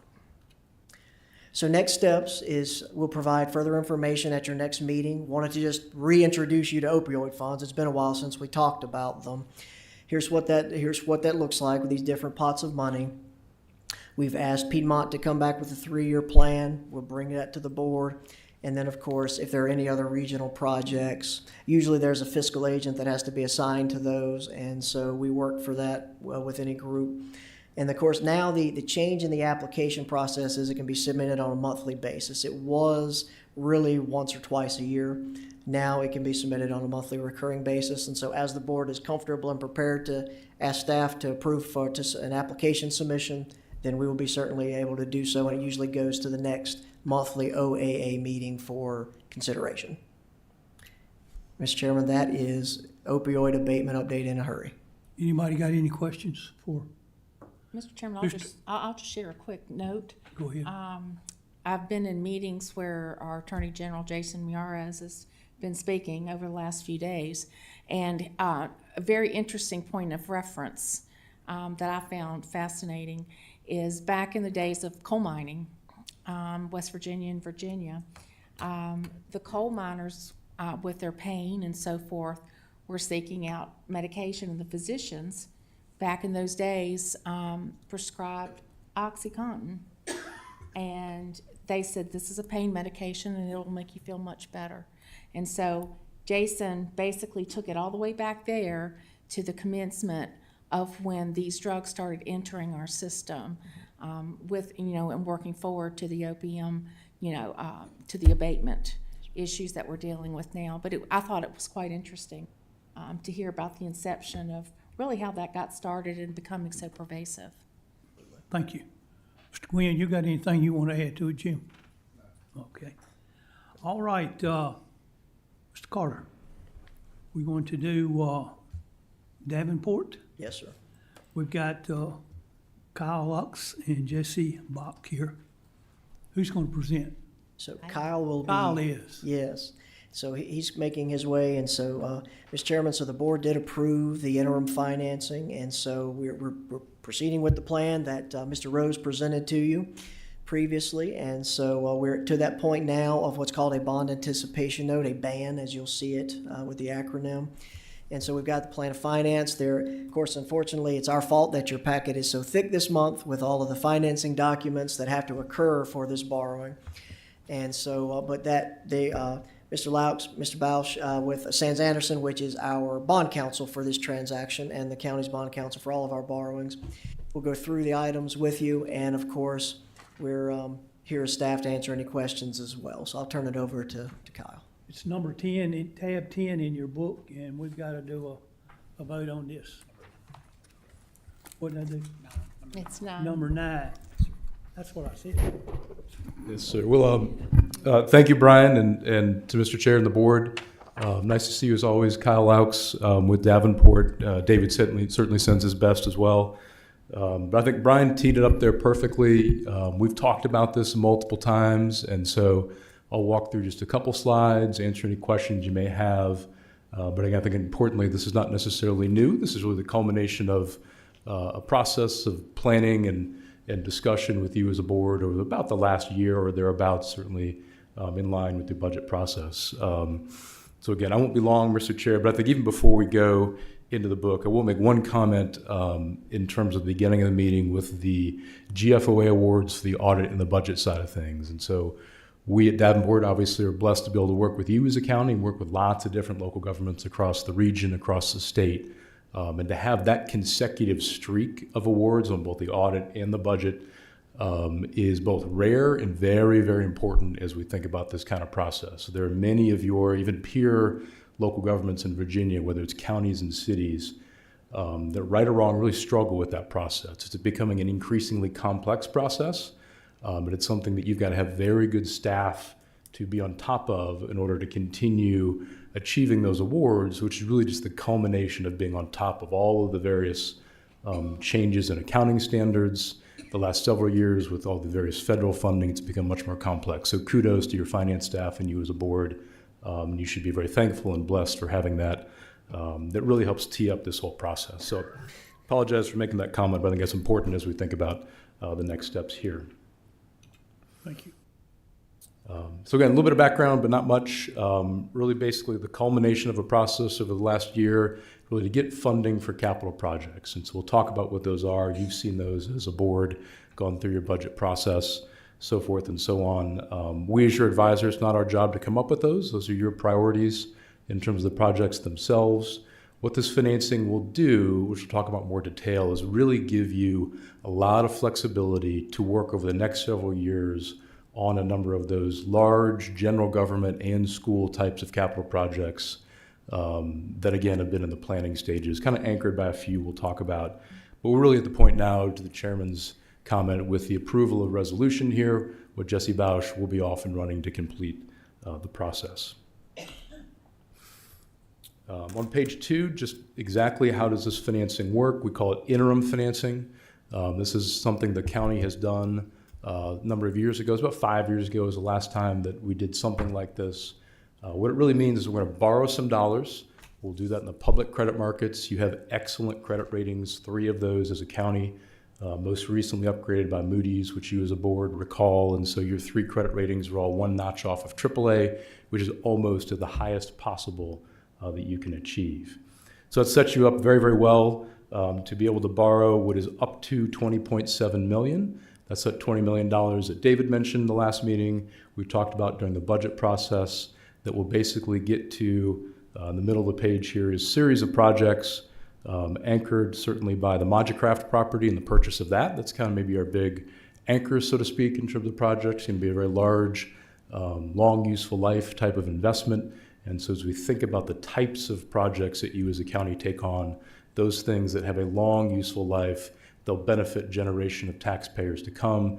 Those are the types of things that you have in your borrowing and your capital program. And so that's really what's the anchor here. You see the rest of the list, and it's really an evolution up to you and the board and the staff. The intent here is to give you as much flexibility as possible to work through these critical priorities. So whether it's CTE, E911, public safety offices, some solid waste types of projects, schools in terms of HVAC and roof, we're seeing a lot of that across the state right now. You'll have the flexibility as a county, as a board, to work through a number of these with staff at the lead to kind of make sure that all the projects are lined up appropriately, the costs are known, so forth and so on. That's the intent of this flexible interim financing.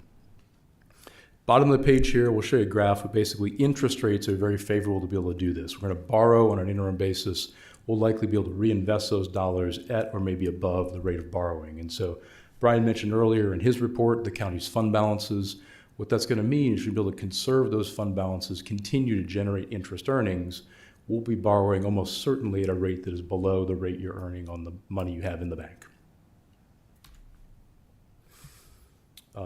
As we think about the budget, the affordability of this all, to use that term, to your credit as a board, and especially with your excellent staff here, you've really planned for this over a number of years. And so the question is, can we afford this $20 million or about $20.7 million? The answer is yes. You already have the dollars built into the budget. Even with, to the Mr. Chairman's point, in terms of your low tax rate, you still were also able to put the dollars away in the budget proactively, such that when this $20 million is borrowed, you have the payments already baked in. And that's really what this graph is showing. Your debt service budget is in that kind of reddish orange line. Your projected future debt service payments are on those various colored bars over the next several years. The light green is what we expect the payments to be on this interim financing. Importantly, we've used conservative interest rates. We've done this planning for this chart. We expect them to be below this. So if you see some little blips whereby the little green bars are above the red line, we expect that when the actual interest rates are known, those will likely come down. We'll be very much in line with where your budget is. And again, that goes to the point of having conservative budget and really good fund balances in reserve. So again, importantly, no tax rate increase required for this borrowing. So that's the one takeaway from this particular graph. Just a couple pages here in terms of where rates are. I think Brian did a great job sort of summarizing where the market is with a number of the inputs, with inflation and employment, all these various things. You don't control any of that. We don't control any of it. So what we try and do is make sure we're set up to be able to take advantage of what the market is giving to us. This is showing us borrowing rates for a 5-year term, which will be the term, the final maturity of this financing. While they aren't as low as they were during the pandemic, they're certainly at very historically favorable levels. The corollary to that is when we borrowed this roughly $20 million, we're able to turn on and reinvest it in a state program called SNAP, run by the state treasurer, different than the SNAP program that Brian was mentioning earlier. This is really a special, specific program that is designed to allow local governments and the state to invest the dollars they've borrowed via bond issues like this. Importantly, the interest rate on that investment program right now is about 4.25, 4.4%. And so when these monies are borrowed, you'll be able to put those in that special account. It'll earn interest at round about probably 4.25%.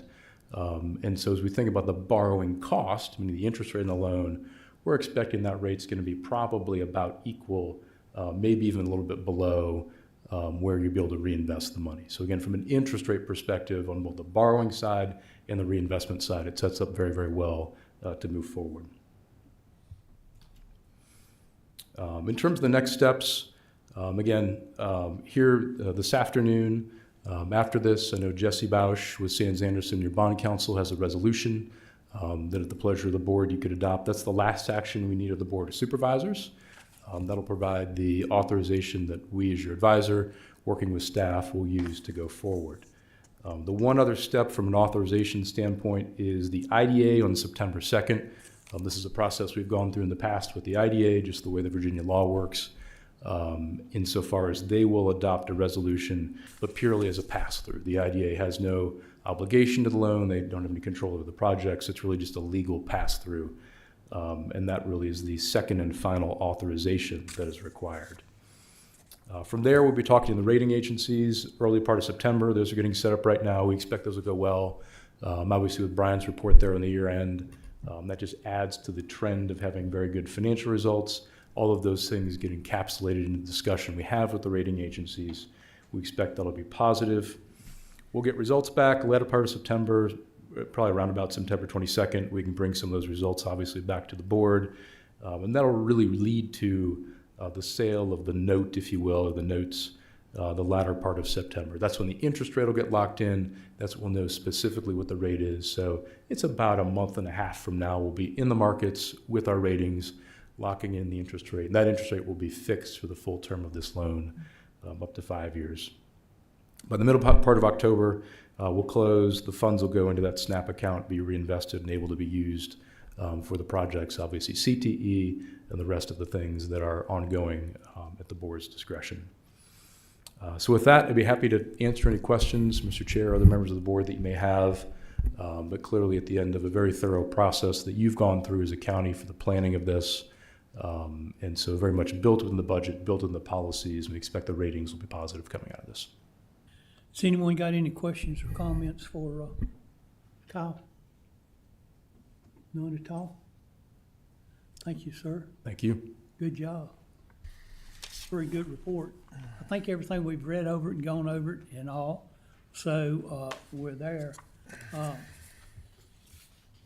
right, board, we're at a point now that we need to make a decision.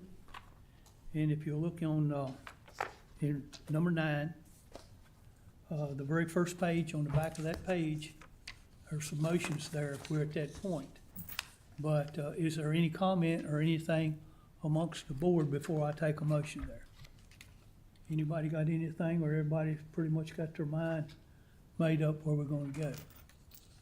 Mr. Chair, I would just like to again reiterate what some of the things that's been said about the excellent work by this board, previous boards, and our finance staff and administration, that we are in such an excellent financial status to really be able to move with progress for this county, for the citizens in this county.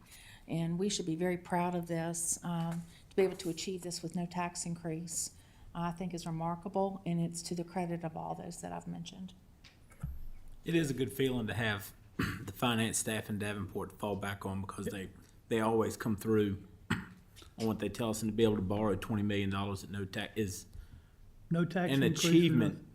It is. Indeed. It is. And I would also comment, Lori and Chris and I sat in on a meeting with the schools last week or 2 week weeks before. ago. And it's going to come a point we have to prioritize some of those capital improvements with the school at the time, and this is the beginning of it, but we're going to have some hard conversations about that as we talk about these monies and how we're going to spend them. We're going to have some pretty serious talks about that. Yeah, and I think to your point, Mr. Mitchell, those meetings have been very communicative and collaborative in terms of understanding, what the baseline is and what's ahead, and that we have an opportunity to collaborate and make those joint decisions. And I know, and I appreciate your feedback in that meeting, and I think that we're in a really good position with the schools to have those difficult conversations and set some expectations moving forward about how we're going to take care of these CIP. Well, sit downs like what we had right there gives us an opportunity to come back here, and I felt really good about the presentation they gave, even though it's expensive. But I see a path forward, I guess, that maybe I didn't used to see. Yes. beforehand. I see a way out of it, and I think it's doable. And with that, Mr. Chairman, I'll offer a motion when you're ready. Kyle and Jesse, I want to thank you all for what you've done, because y'all, and also David, he's not here today, but if you'll pass that on, please, tell David, you all have been very helpful in this process as well. It's, like I said earlier, and the whole board has said that it's a team effort. And and we all have to take either the credit or the disappointment when it comes as well. We all share in what's going on, so thank you all too. All right, Mr. Mitchell. I make a motion to approve the financing resolution as presented. Need a second? Second. Tim Tatum did that. Madam Clerk, if you will, do a roll call. Supervisor Carter? Yes. Supervisor Tatum? Yes. Supervisor Quinn? Yes. Supervisor Jamison? Yes. Supervisor Mitchell? Yes. Supervisor Smith? Yes. Chairman Thompson? Yes.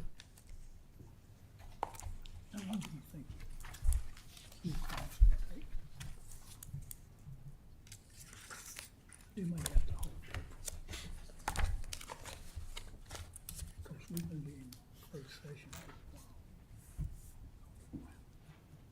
a while. I'm gonna ask, Paul with Parks and Rec and Steve, Sandy, if you all will come back after the break, and present, and we'll put y'all first in, because I know we've got a lot going on in closed session, and I wanna try to get there pretty quick, because we're gonna be there for a while in closed session. So, if you all don't mind, and, county attorney's report, Mr. Quinn, you got anything? Jim? No? Okay, so he doesn't, so. Done. Huh?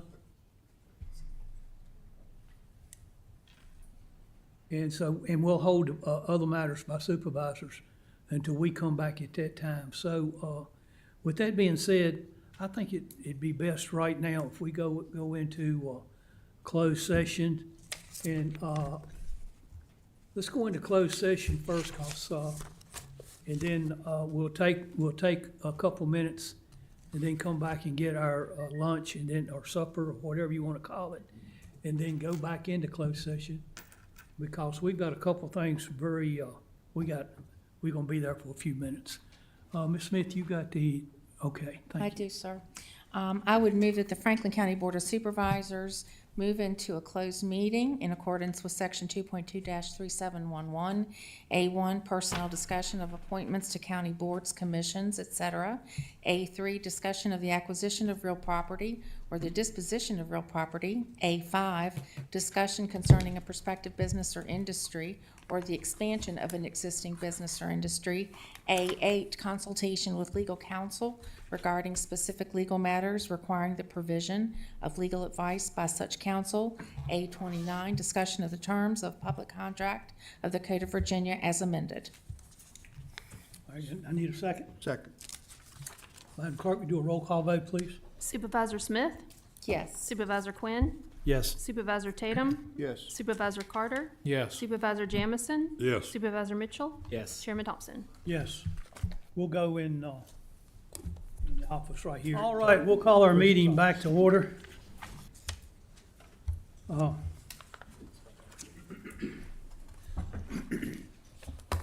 Smith, you got something to read there? I do, sir.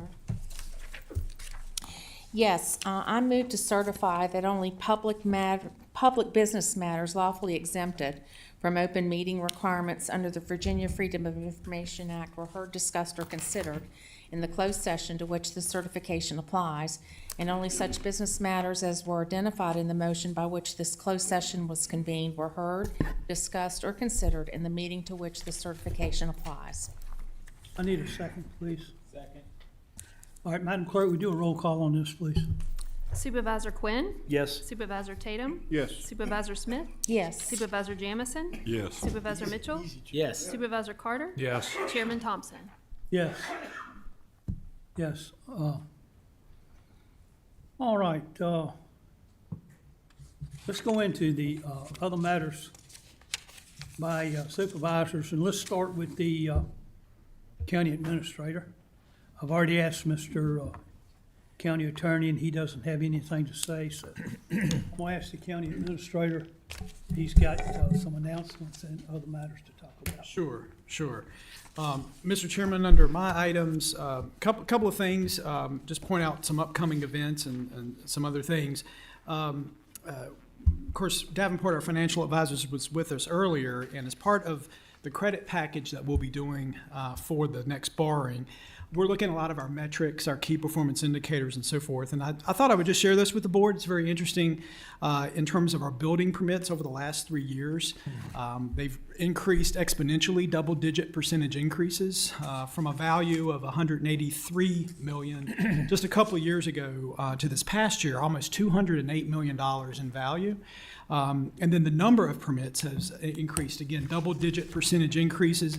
Just a good stat, key performance indicator, I think, of growth in the county.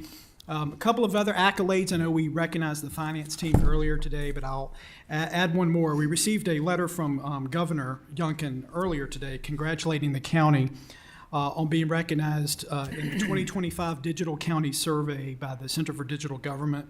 As you all know, we've placed in the top 10 in terms of digital counties in the nation now for many, many years. So kudos to our information technology department, the great work that they're doing. It was a very nice gesture of the governor to send us this congratulatory letter.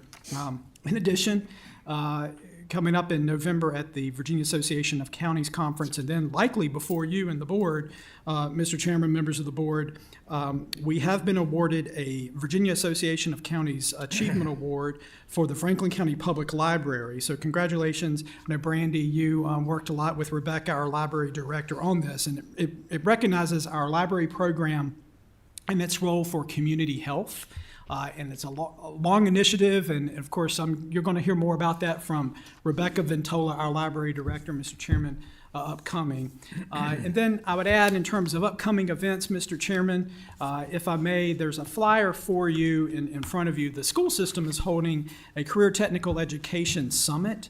Not summit, I'm sorry, we had the summit back in a few weeks ago, actual town hall meeting, and it's mainly with their practitioners, the instructors, the administrator of career technical education, and they wanted certainly to invite the Board of Supervisors and anyone in the community they'd be interested. A lot of momentum there as we look for the construction of a new career technical education center. This is more about the programmatic piece, and they'll talk about the various programs for career technical education. And then, Mr. Chairman, some upcoming events. Again, thank you. I think it was already been said to Kevin Tosh and Paul Chapman, and just the enormous heavy lifting that they did in this last week's agricultural fair is a tremendous event. Upcoming events in September, it is festival time, it's festival season, so the Franklin County Touch a Truck event is going to be held at the Fair and Park on September the 6th. Upcoming, our partners over in Boones Mill Town Council are certainly supportive of the Boones Mill Apple Festival. That's going to be held on September the 13th. And then the following Saturday, Rocky Mount Fest will be here in Rocky Mount. That's September 20th. And then, Mr. Chairman, something every Saturday in September 27th, the Autumn Fest fundraiser. It's a great fundraising opportunity for Stepping Stone Soup Kitchen. And so those are just a few of the items, Mr. Chairman. And then I would also add for the board, of course, we recognized Phyllis Scott earlier today in her 50 years of service to the county. She will be honored again this Friday. It's a drop-in reception, so if you didn't have a chance to talk to her today, it's this Friday here in the boardroom from 1 to 5 in the afternoon. So if you want to drop by and say your well wishes to Phyllis. And then, Mr. Chairman, I have one other thing I'd like to share. Of course, after a lot of prayer, a lot of thought, a lot of service, 22 years of service to Franklin County, 7 years, Mr. Chairman, actually serving in the role as county administrator at the end of this calendar year. I am announcing my retirement from county service February the 1st. Of course, that's not necessarily retiring. My wife will tell me I'm not retiring. I've got many, many years ahead. It's something I believe that the Lord is leading me to do in a different direction, whether it's the private sector, maybe some mission work, ministry work, maybe nonprofit. don't know what this next adventure will be, but I kindly thank the Board of Supervisors, county staff, been tremendous. And I think, I could say it best this way. We stand on the shoulders of giants that have gone before us, including boards of supervisors and county leadership. It's not anything about necessarily what my office does, although my office works very, very, very, very hard. I say that collectively. It's really about what all the county staff, all the county department directors do. So it's been good. It's been really the honor of my career, really, I can say, working in my home county, to be able to do that and to be able to retire from local government service from my home county. I mean, not many people can say that. So I'm very grateful. I will say that the county is strong. It's very stable. Never has our tax rate been lower than it is now. It's the lowest in the history of the county. Never have our bond rates been any higher. We're just one notch below AAA. Never has been our infrastructure as expansive as it is. When we talk about water and sewer and what staff and just the enormous work that's been with grants and so forth as we, on this horizon of CTE, career technical education, our services has not been greater in terms of the amount of services we offer to our citizens, including 24/7 EMS fire coverage in this county. It's really tremendous. We have something very special here, something to be very blessed with. I'm just blessed to have been just a small part of it. And so I kindly thank the board, and I look forward to this next several months. Mr. Chairman, members of the Board of Transition, I certainly will be here through that time, but I will certainly be here thereafter if anyone ever needs anything. So thank you kindly. We was in a discussion earlier. At this point right now today, we do not know which way we're going to go as a board. As you all can imagine, it hit us just like it hit you. And it's going to take these kind of things. It takes some planning and some figuring and ciphering on what you're going to do. So we'll let you all know what the next steps are as soon as we know what they are. And so that it is coming. It is coming. I mean, we've already talked about it. It's not going to be a secret that, I don't know if we got people, we certainly got, I think, people that's qualified inside. The question is, do they want it? And then do we want to go through what they call a headhunter? That's an employment agency. And they're going to charge big money, and they're not going to come up with no candidates any better than what we've got internal. And they already know. But anyway, that's enough being said.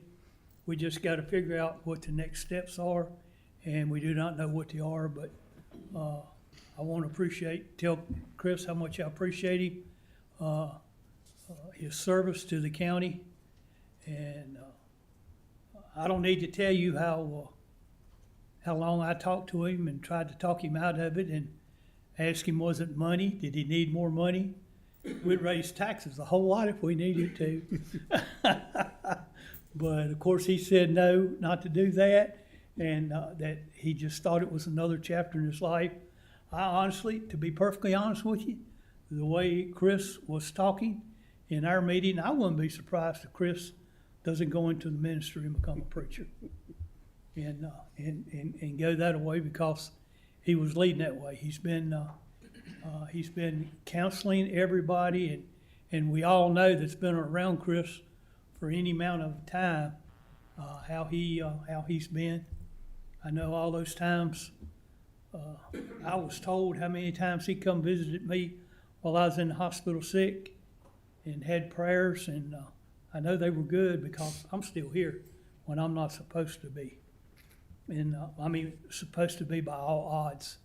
And for the newcomers that are here today, the doctor told my wife when we finally got there to the hospital, I was told that I had 2 minutes left to live, and only 15% got to the hospital at what I had, and only 1% left. And you see, I'm here, and I walked in this building today. And I'm thankful to God for that. and it's only because of all the prayers that I had. So with all that being said, let's get back to business as to what's going on. All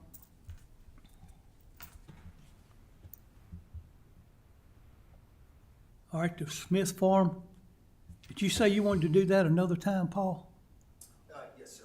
I can put that off till. Put that off until September, so, okay. All right. All right, the next tab that we have then is gonna be, Chris, this will come back to you and maybe go to, Ms. Smith, Lori. The legislative agenda.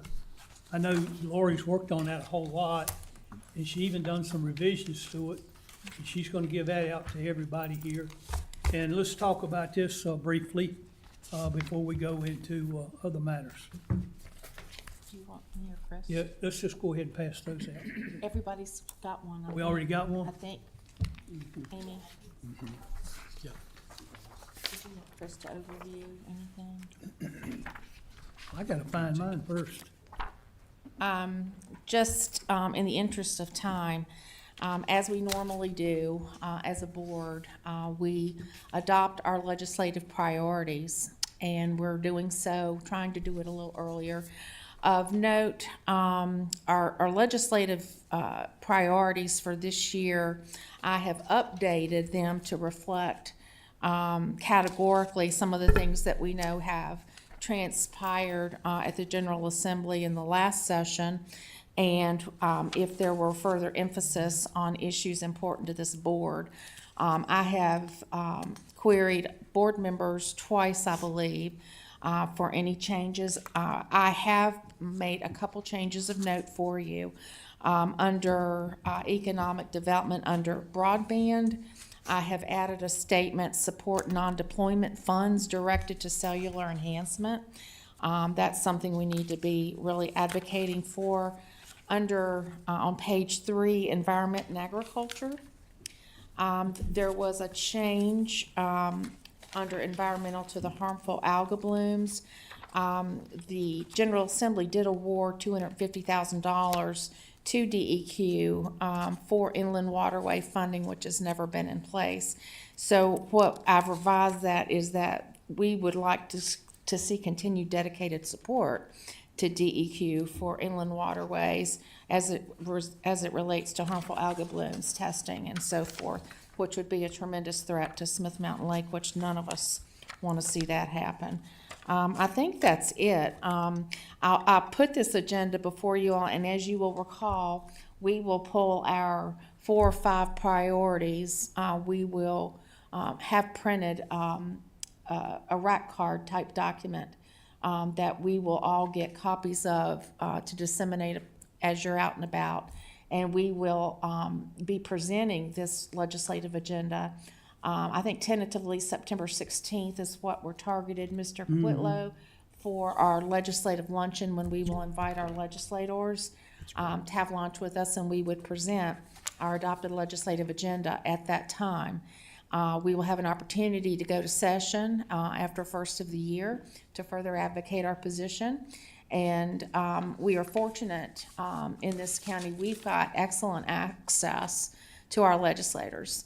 And board, if there's anything there that, in your review and continued review, we can adopt this tonight as it's submitted, or we can adopt with the caveat that you'd like more time to review.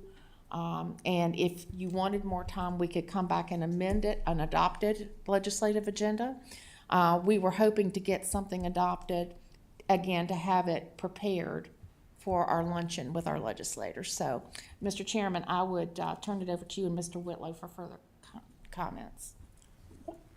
Chris, you got anything to add? I don't have anything to add, Mr. Chairman. All right, Thank Ms. Smith for working diligently My pleasure. on the legislative agenda. I too want to thank Ms. Smith for her efforts on this. All right, board, what's your pleasure? You want to talk about this, add to it, take away from it, or you want to go ahead and adopt it? I'm good with adopting what we have. All right, got a motion to adopt, got a second? Second. Got a motion to adopt, all in favor signify by saying aye. Aye. Any opposed, same side. and there is, so we will adopt it. And what about the date for the legislative luncheon with the legislatures? How about September the 16th? Is that good for everybody? I believe we were gonna try to do that, that's our board meeting day. Correct. And I think we were gonna try to do that prior to, potential broadband meeting. 12 o'clock. 11:30, whatever time is set at that point. And I would like to add, Mr. Chairman, if I may, I've taken a board position at VACO, been appointed, I was formally appointed last Friday, and I also chair the General Government Committee. And with respect to this legislative agenda and how important that it is to our county, you know, I'm going to take full advantage of the opportunities, and it's the only reason that I took these opportunities is to further these very issues on behalf of our county. And we're getting some really good attention in terms of funding opportunities and really talking about the things in Southwest Virginia that are getting overlooked. And we're getting some momentum with our regional colleagues in rural counties. And I think, you know, I'm gonna take full advantage of this, and I know that hopefully you'll walk through this with me and I'll update you as we go, but I'll have some opportunity for, you know, certainly good influence for the VACO legislative agenda that will, you know, have a lot of impact, I think, moving forward. All right.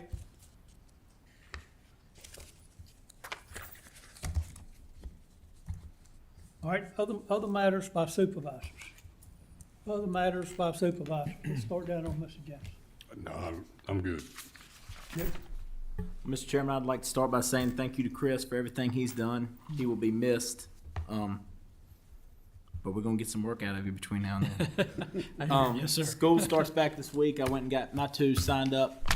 Everybody look out for school buses starting Thursday. Praise the Lord. It is time for school to start back. I remember having. Also, want to say I was speaking. We've made great strides, as Chris was saying earlier, in EMS service. I was informed a week or so back that we were fully staffed with the EMS providers, and the training would be getting finished up, and that everyone starting on the first day of school would have their the stations that it's designated for will have their full staffing coverage, and that is something. And I'd have to thank this board for the help and we've done that together, and that is quite the accomplishment we've achieved. It's far more than any surrounding locality, what we've got going on and providing that service to people, even in far rural areas. So I'd like to thank everybody for helping me with that. And I will be checking in tomorrow to make sure that stays the way it was planned for Thursday. And also, in my time here, I know all of y'all, I've been a stickler for getting rid of county properties that are sitting around doing nothing and we don't need. And we have a broker coming, Brandy, next month, right, for the public hearing we had for that long list of properties a while back. And I thought that this would be an appropriate time to add one to it if y'all wanted to go along with me. Yes, and sir. with that, Mr. Chairman, I'll offer a motion. I make a motion that the Board of Supervisors authorize staff to advertise for a public hearing to be held on Tuesday, September 16th, 2025, on the disposition of county-owned property with the tax map number 208-000-1201, located off of Purdue Lane and Route 220 South. Second. We got a motion and we got a second. Madam Clerk, we do a roll call vote.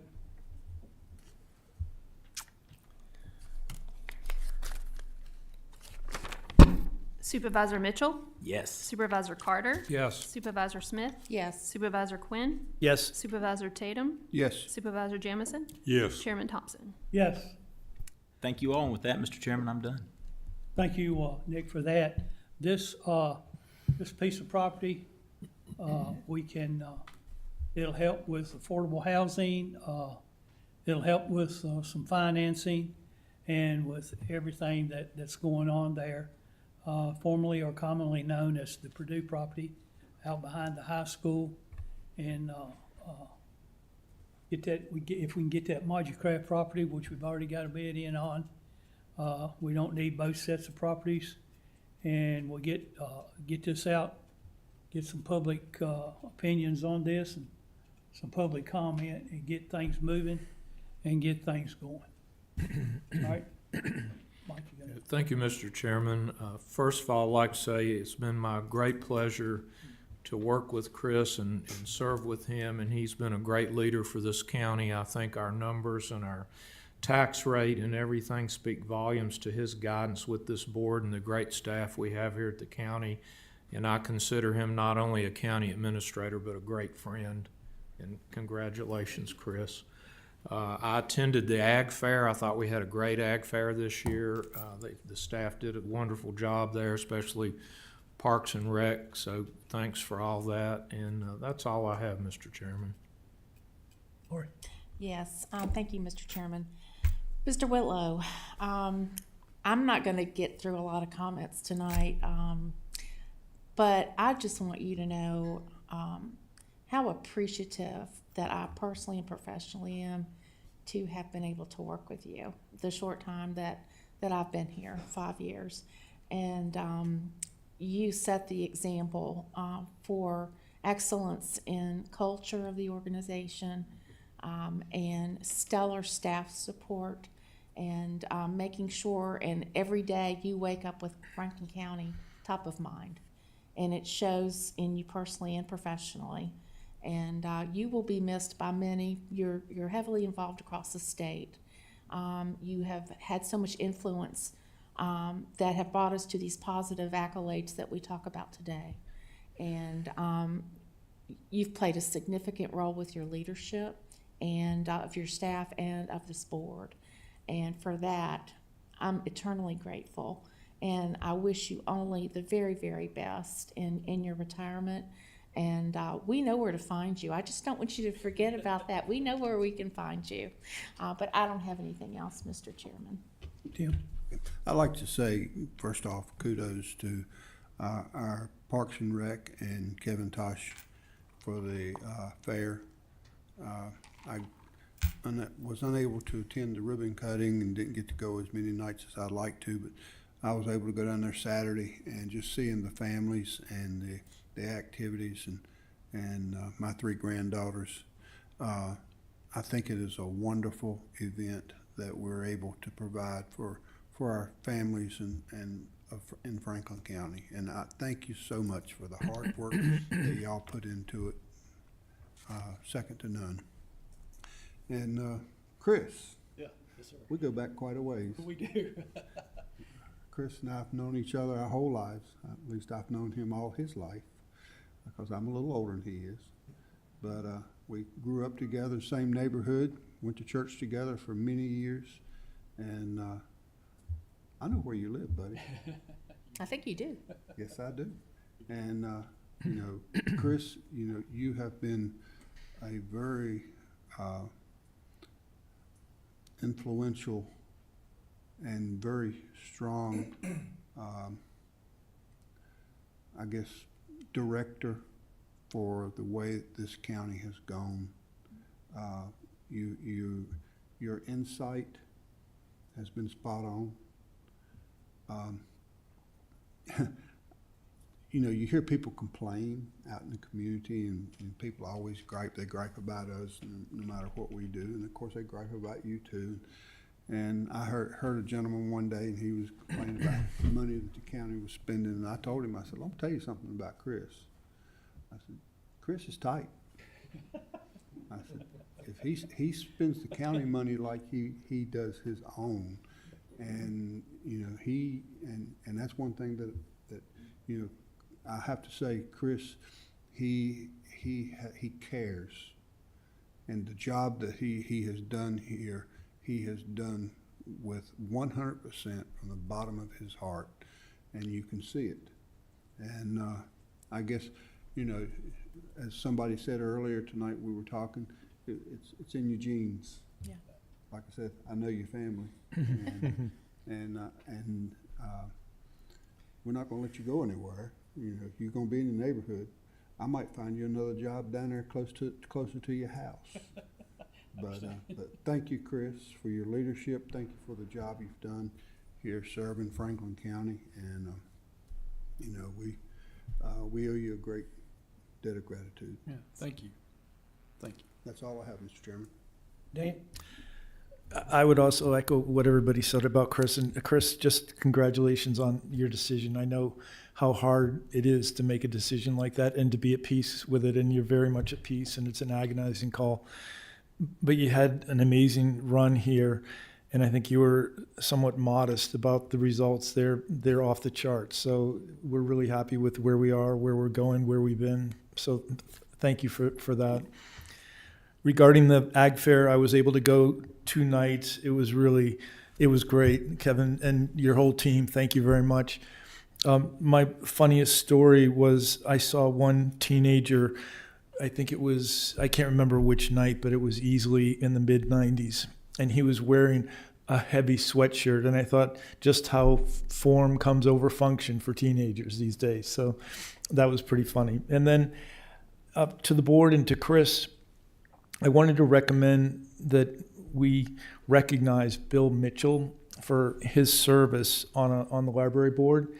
And I know we normally don't recognize these board members, council members for their service, but I think Bill was very unique in that he had 24 years of service. He was on the board for he was the chairman of the board for 18 years. He was truly the intellectual capital of that group. And I thought it would be really nice. And he was instrumental in the progress we've made with the libraries, implementing and installing the libraries. And so I just thought it'd be nice to recognize somebody, it's different than what we normally do, but I think he's different than what we normally have with people leaving. All right. Anyone else? Chris, when you come out there and we talked about your decision, like I said, I tried to talk you out of it. I've already made that clear. And maybe that was for selfish reasons. I was one of the supervisors that hired Chris. I don't know if you remember it, but I sort of got a little bit aggravated with you. You remember that? Maybe a couple of times. I got a little bit aggravated with you because you wouldn't take it. You wanted to do it as interim. And I thought you could go ahead and do it at the end, and your statement was you wasn't ready. Right. You wasn't ready, but I'm glad that I don't think you're ready now to retire, but it's neither here nor there. But you will be missed. Thank you. You're going to be around the county, I know, and I do think that, as you said, that you will be the county's biggest champion. Yep. And as I said when I announced that I was going to not seek another term on the board, I think it's.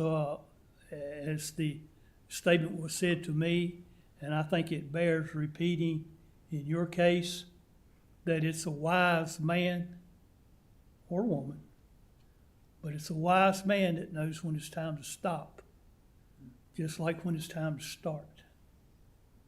And always stop. Listen to me.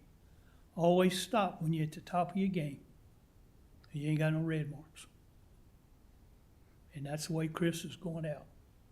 He's at the top of his game, and he ain't got no red marks, period. And that speaks volumes. Our county has come a long ways. Our county, I'm already telling y'all, I'm preaching to the choir here, but the lowest taxed county in Virginia, I guess. I know Southwest Virginia, and it's because of our staff. We just had a Jim Dandy of a fair, and the fair kept going under some really trying times. COVID was tough. COVID was tough on everybody, and we were able to keep it going. We had to cancel 2020, but we kept it going, and so yeah. But the county's done well, and it's because of our staff. It's because of the people like here. It's because of the people that's seeing us on TV that we keep trying and persevering and keep going. And very simple thing, how do you break a big rock? One chip at a time. Just keep chipping away, one chip at a time. Just keep hitting it, and it'll break. All right. All right, now we've got some appointments to make.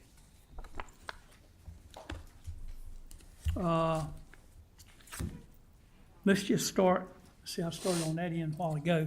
Let's start down on that end. Dan, you got any? Tim, you got any? Laura, you got any? I do, sir. I would like, to make a motion to appoint Chris Kebler to the Roanoke Allegheny Regional Commission as a citizen rep for Franklin County. Do I have a second? Second. All in favor signify by saying aye. Aye. Thank you all very much. I have two, Mr. Chairman. I'd like to reappoint Ruth Cook to the Library Board. I make a motion to reappoint her. Got a second? Second. All in favor signify by saying aye. Aye. Any opposed? And I also have one more. Mr. Johnny Smith has agreed to serve another term on the Aging Services Board, so I'd like to make a motion to reappoint Mr. Smith. Got a second? Second. 2 or 3 seconds, sir. Pick your choice, Madam Clerk. All in favor signify by saying aye. Aye. That's all I have. Thank you, sir. Thank you, sir. I'd like to reappoint Vivian Doyle to the Aging Services Board. All right, got a second? Second. All right. All in favor signify by saying aye. Aye. Any opposed, same sign? Mr. Jameson? Marshall? No, I don't have any. Don't have any. I don't have any tonight. All right, all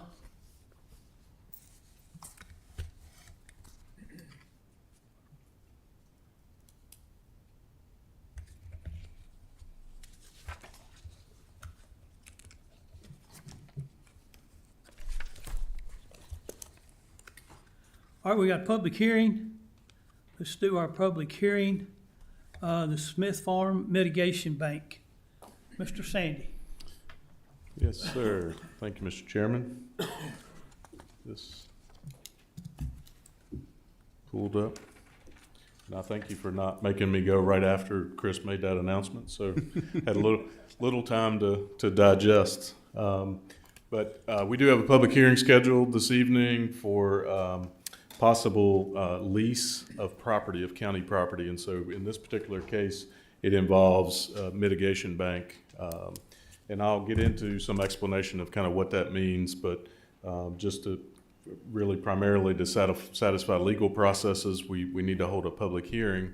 And I'll reiterate this at the end, is that there may be additional questions and comments and concerns that the board may have after hearing some of this information, and we certainly can address several of those tonight. And then if we need some additional time to address any additional comments, I think we'll have the opportunity to do that as well. So this is really to provide information for the board and provide information for the public about the potential agreement that we've been working through. So let me give a little bit of background. Since we didn't, originally we were going to do this after the master plan presentation, so I may have to wing it on a little bit of this. But I do have a little bit of background here just to point out about the Smith Farm and what it is. So the Smith Farm is about a 400 acre piece of property in the Union Hall district. It's kind of out near the 4-H Center and Napoli Cowboy, if you're familiar with those kind of landmarks out there. The county acquired it back in 2010, and the county actually purchased it for $1 million from Virginia Western Community College.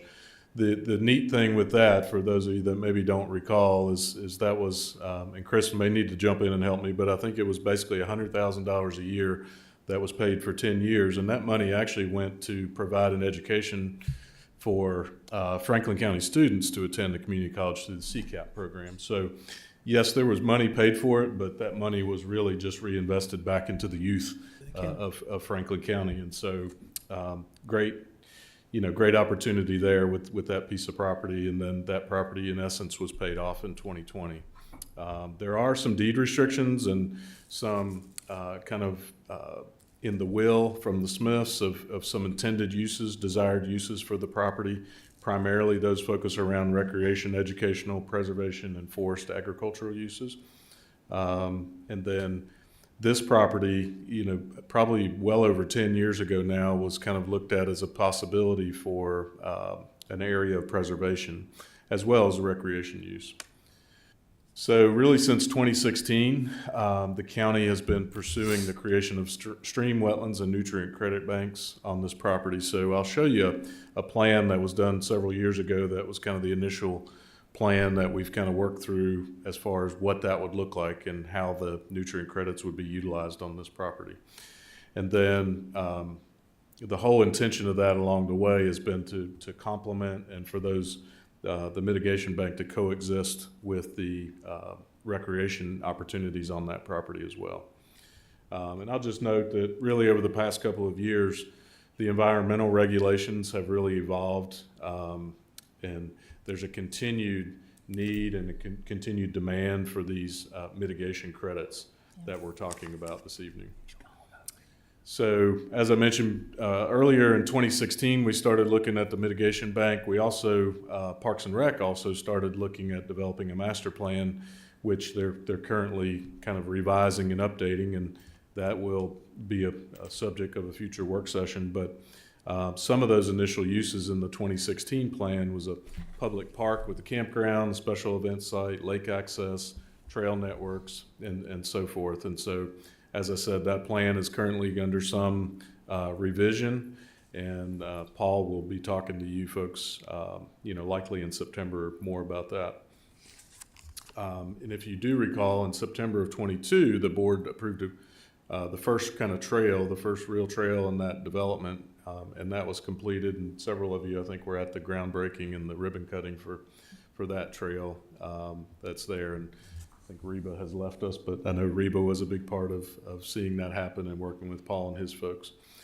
Currently, the property is leased for agricultural uses, basically for hay, and that's really on a month-to-month basis now. And I know this is kind of maybe a little bit blurry and certainly not able to read, but it just gives you kind of a general idea of what the 2016 master plan looked like and how it kind of took that 400 acres and kind of broke it up into some different areas for different uses for recreation. So really the heart of what we're talking about tonight is the mitigation bank. And again, some background there is kind of any development activity in Virginia, whether you're building a road, whether you're building a building, that kind of development is going to require some mitigation if you impact wetlands or streams. And you can do that on site. You can try to mitigate that. So if you affect a wetlands area, you can try to recreate it or mitigate it on your property. Or what you can do is buy credits, which basically means you're preserving it somewhere else. So you're not preserving it on your site, but you're going to preserve it somewhere else. And so a lot of folks now in the development, especially if it's a smaller impact, they're really looking to buy the credits to mitigate that. And so the county's not immune from that. And so as an example, we just had the connector road project that we built in Summit View. We were required, because we crossed over a stream, we were required to get 462 stream credits. And we were also required to get 0.01 wetland credits as part of that project.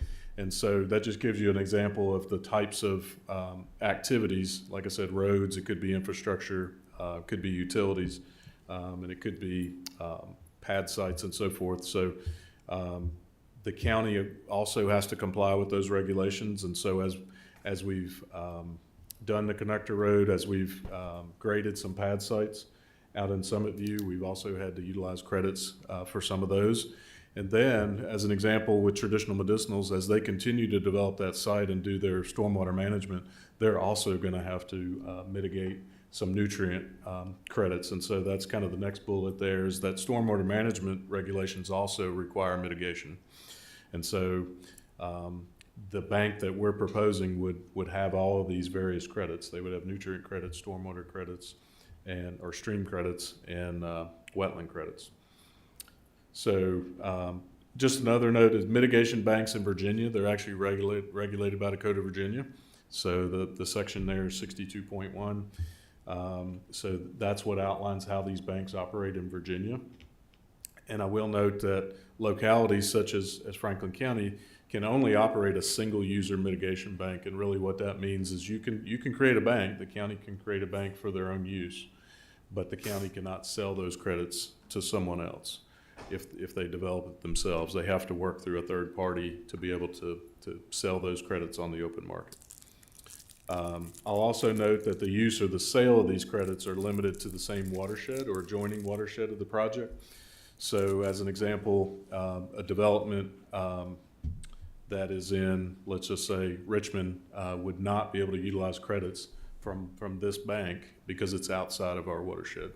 So I'll show you a map that'll kind of show you what those areas are that would be eligible. So that's really going to be Roanoke Valley, Henry County, Patrick County, you know, really counties that are in our general proximity and within that Roanoke River watershed. And I'll just note too that the availability of credits is limited. Going back to the example of the connector road in the business park, we needed those credits.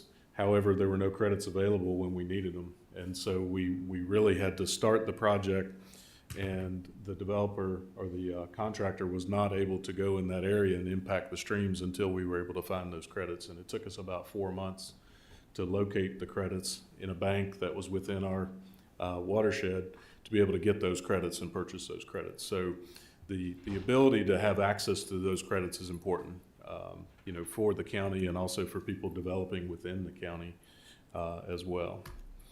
So this is a map, kind of a partial map of Virginia. It's not all of Virginia, but if you look here, the star represents where the Smith Farm is, and this represents one watershed area. This one here, they have numbers, so this one that ends with 101 is the one we're actually in. But we would only be able to transact credits within this watershed. So that's a portion of Montgomery, most of Roanoke, Bedford, Franklin County, a little bit of Campbell, and a little bit of Pennsylvania, it looks like. Or the adjoining watersheds, which would be this one here, and this one here. And so you can see clearly most of the state is not actually even eligible to get credits from this bank if we were to implement this bank. So going back to kind of what we've done so far with the bank, with the proposal for Smith Farm, is the county developed a request for proposals, and we put that out to solicit from possible partners to help us develop a mitigation bank on the Smith Farm. Now, I'll say from staff's perspective is we will need a third party to develop this bank, whether we keep all the credits for ourselves and decide not to sell them. And legally, we need them if we want to sell them, if that makes sense. So internally, we don't have the staff capacity or ability to go through the permitting processes that are required and do the work that is required to make this bank come to fruition. So regardless, I think the third party is necessary for us to have a mitigation bank. You know, and we've moved forward with the premise that we would like the ability to be able to market those credits, at least a portion of those. So some of those activities that were referenced in the RFP with the possible partners would include the mitigation bank approval and permitting. That there's a process that the third party will have to go through the Corps of Engineers, Virginia DEQ.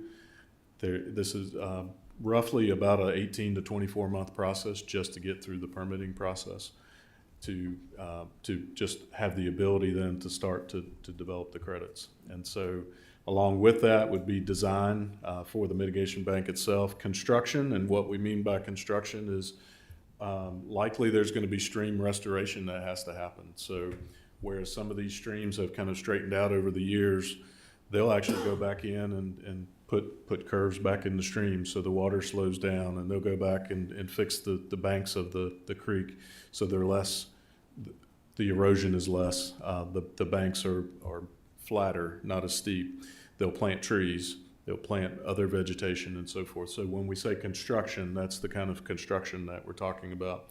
And then after that, there's a whole process of monitoring after the construction is in place, maintaining what's been put in place, and then just general project management, as well as the sales and marketing. If you start to distribute those to the open market and sell them and make those transactions, they would act as the administrative arm for us to take care of those transactions.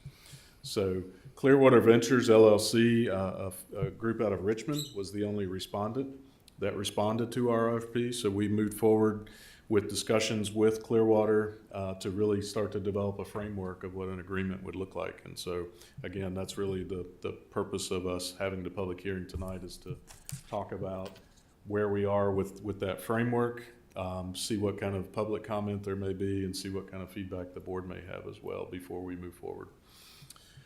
So just in a real general framework, I'll point out some of this, and then I'll note that James and Bobby from Clearwater Ventures are both here, and they'll speak more specifically to their proposal, and they'll be able to also be able to answer any questions that you may have as well relative to the mitigation bank, the rules, regulations, requirements, any of those kind of things.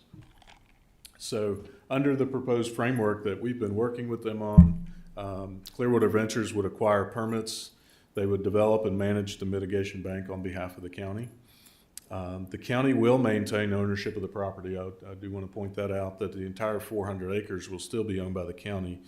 There will be like a conservation easement / lease kind of over about 165 acres, so a little less than half would be restricted to the mitigation bank and would be used for those purposes. And it would be open to some activity of passive recreation. One example I just used is a walking trail would be permitted, but a parking lot wouldn't. So there would be some things that could occur within there, but some things that would be a no-no and would not be allowed within the easement itself. As I mentioned earlier, the mitigation bank is really intended to coexist with the future recreational uses planned for the Smith Farm. So if we continue to move forward, this would be something that would continue to be coordinated with the master planning effort to make sure that whatever is planned for the future of the recreation opportunities would not impact the mitigation bank, or vice versa. The mitigation bank wouldn't impact those recreational uses. Clearwater Ventures would invest the capital funding to get the bank started, and so there would be no initial county dollars that would be put into developing the park and getting the permits and those activities. So under the current framework, Clearwater would be investing all that capital funding to get the bank up and operating. Sale of the credits would initially pay back Clearwater for their investment. And then after that, there would be a profit share between the county and Clearwater Investments or Clearwater Ventures for credits that are sold on the market.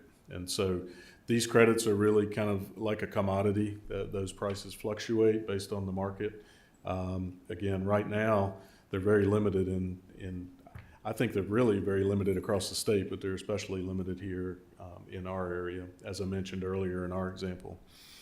And so just what I would say, just from my perspective and the staff's perspective, is that this agreement really attempts to strike a balance between credit availability for what the county may need for county projects, but also to make some of those credits available for people that are coming into the county to develop, to also have access to those credits. And, you know, the county also potentially sees some profit that maybe could be reinvested into the park that may come from that. I think, as I told several of you, I think there is certainly potential for profit, but I do want to reiterate that's not our primary focus of what we're doing with the mitigation bank. I think that's one of the benefits. I think the other benefit would be the availability of the credits for the county to have for any future needs that the county would have. And then I think another, general overall public benefit is the improved water quality that'll be coming off of that property, going directly into that cove at Smith Mountain Lake. And so I think when we look at it as it has multiple benefits that this agreement could provide to the county. So again, I know this is small scale, but just to give you an indication of kind of what we're talking about. So the purple lines or pink lines basically outlining the entire 400 acres. Down here is the cove of Smith Mountain Lake. If you look over here, this would be Napoli Cowboy. So just to give you a perspective maybe of where you are, you've got Burnt Chimney Road here, and you've got Crafts Ford, I think is the name of that one. And then you have Lovely Valley here. So you've got several roads coming through the area. If you can see kind of the yellow crosshatch, orange maybe on your screen, that is kind of the minimum buffer requirement that would have to be entailed for this. The black lines kind of indicate where we could add additional buffer and actually generate additional credits. And so that black line could fluctuate. It doesn't have to be where it is. It could be further, it could be less, but this is kind of just the original depiction of the areas that would be kind of restricted from development. And so anything within the black area here would be within the easement itself. Anything outside, like this field here and these wood areas up here, would all be open for other uses. If that kind of makes sense, again, I know it's a small scale, but that's generally how this would kind of be laid out.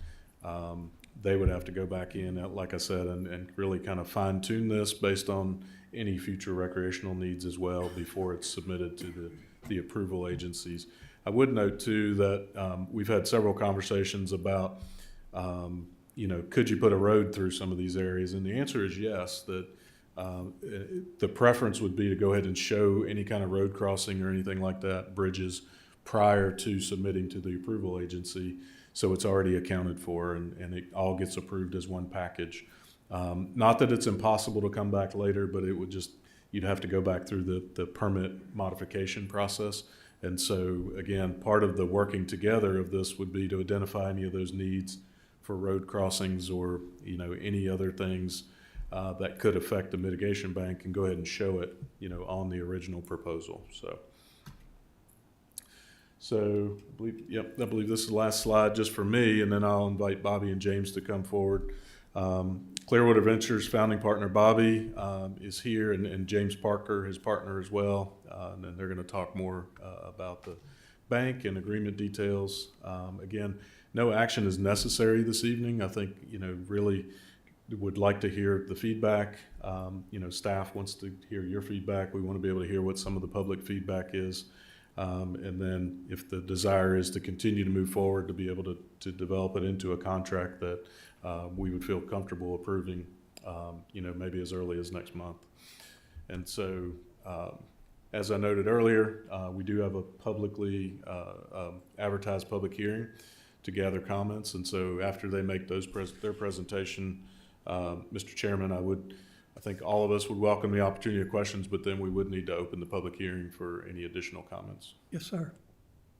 And I'm happy to answer any now, or we can wait till after their presentation. It's whatever the pleasure of the board is. Let them go ahead.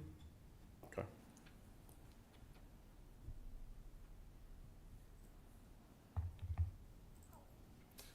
So Bobby or James, whoever's kicking it off, I'll let you.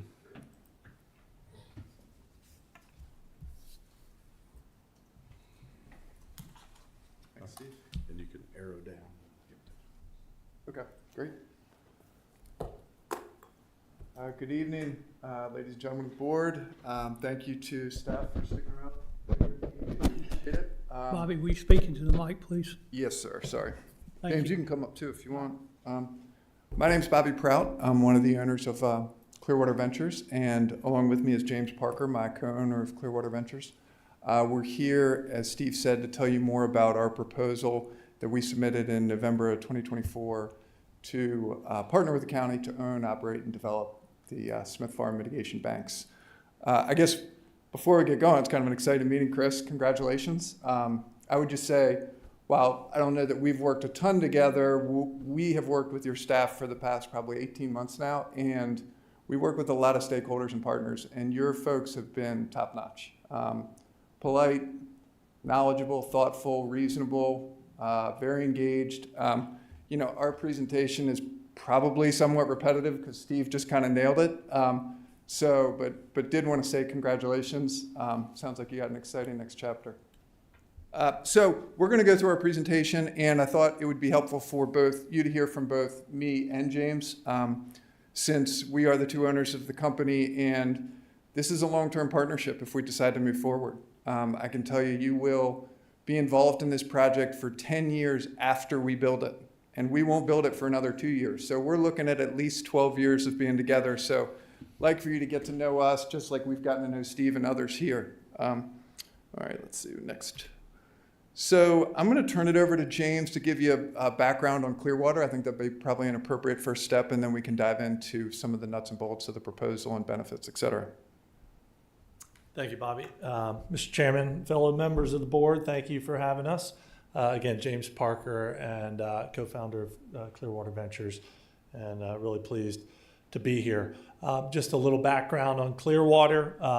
Bobby and I formed Clearwater back in 2019, and we are headquartered in Richmond, Virginia.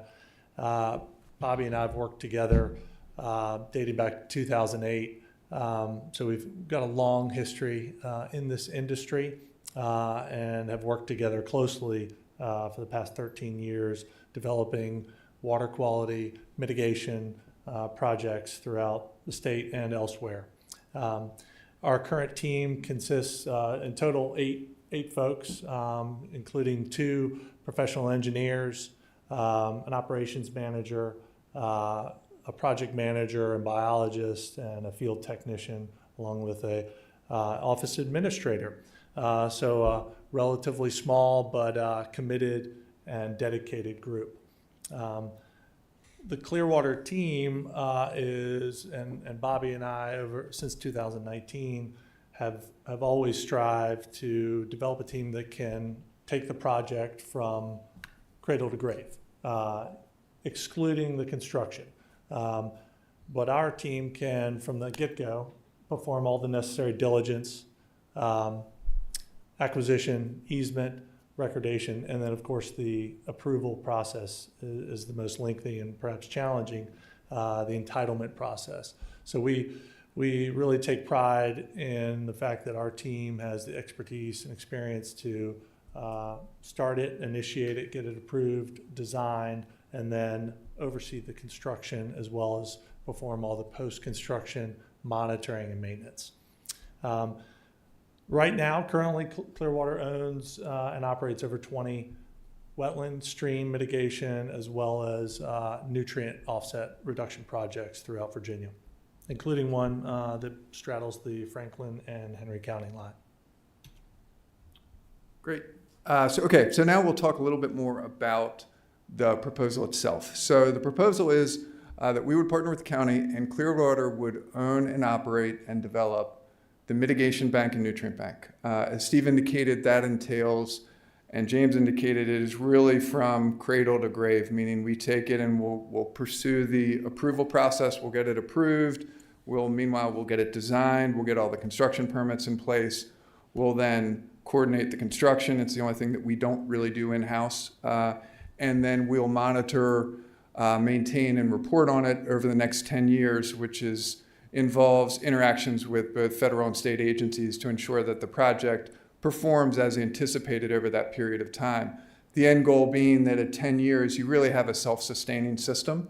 When we build these, when they're first built, it doesn't look like you would think a traditional real estate development would look. It's not like it's an apartment building and you open the doors up and people move in. You're planting trees that are this tall, and so over that 10-year period, it needs to develop and thrive and grow such that by the time it does move into long-term management, the trees are big enough so that they can fully do their job, and the stream itself is stable. So we take that whole part on ourselves at our cost and expense, so meaning we pay that up front. And we will hopefully then recover those costs through credit sales, and we'll talk a little bit more about the credit sales.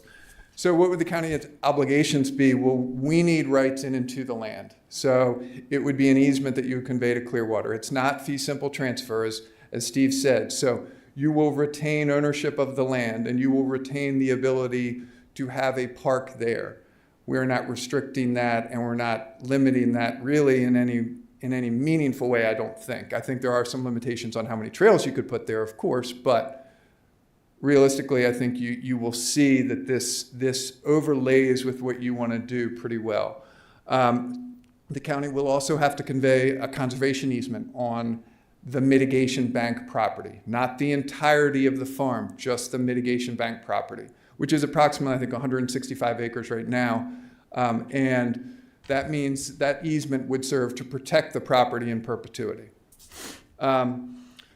Lastly, we would ask and would want the county's involvement in how we're designing these stream systems. So, we've talked to Paul and others about participating so that we understand where the crossings are, where there might be some need to adjust the buffers, et cetera. After that, what does the county receive? So we'll talk about the dollars first, but it would be 35% of the project profits after we're paid back, which is, as Steve indicated.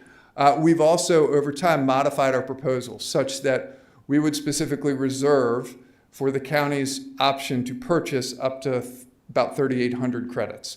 And that number is basically an estimate of, it kind of roughly equates to a third of the total credit yield and about what, best guess right now, the county may need over that time, if it needs that much. I think honestly there's probably a little bit of buffer in there, but it's a good estimate of what the county might need. And that would be obtained at discounted pricing. So it wouldn't be given, it would be obtained at discounted pricing. I think that's important to mention because I don't want people to mistake the fact that, we're receiving these credits for nothing. It wouldn't be nothing. It's just, it would be that discounted pricing.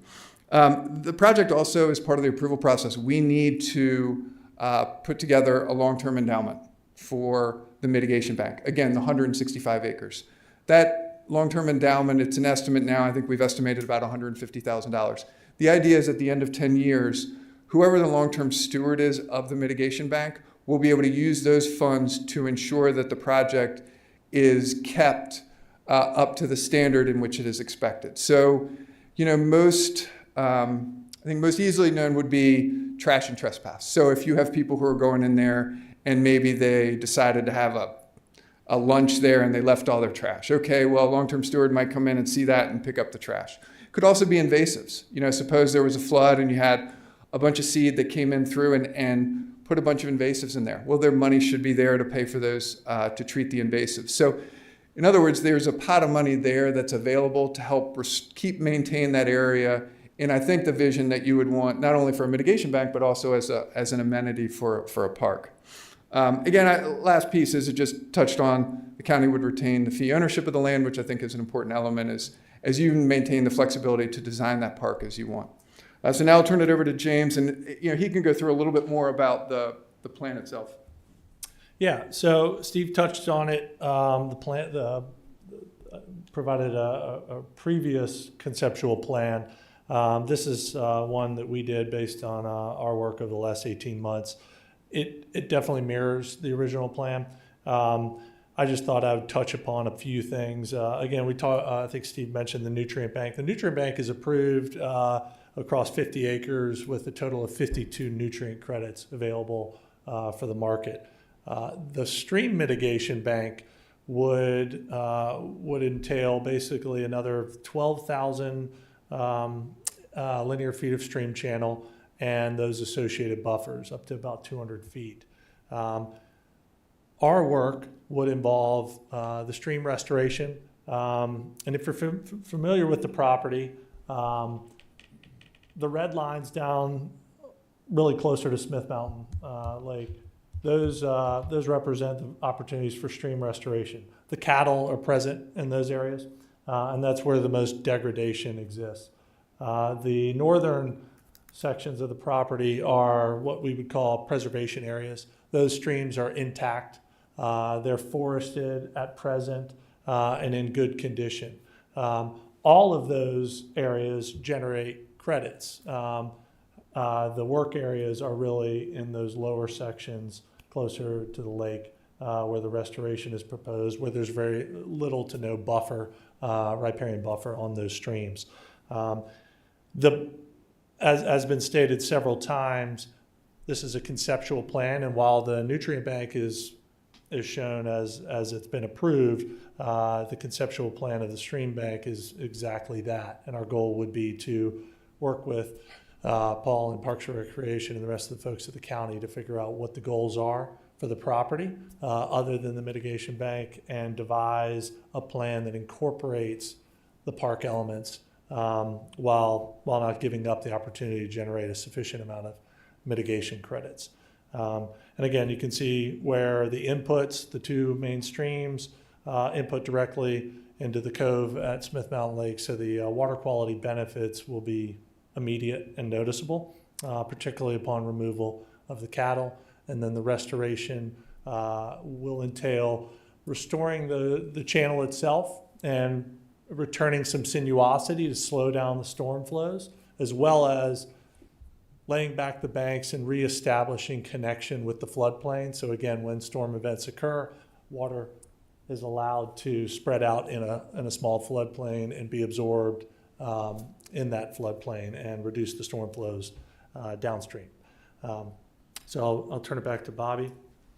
Yes, should have said too, and if you do have questions or you'd like to ask a question, feel free to interrupt us. You can interrupt us at any time, or we can answer questions at the end.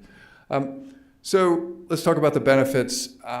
We have reserved credits for the county's use at some later date and time.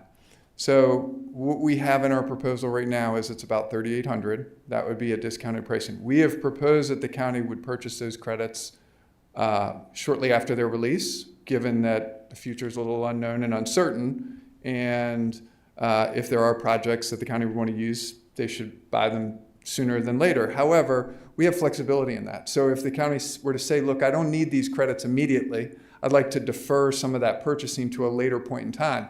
Maybe I match it up with an economic development grant or some other means of acquiring these credits, that's fine with us. So we have flexibility in how the county can decide they want to consume those credits.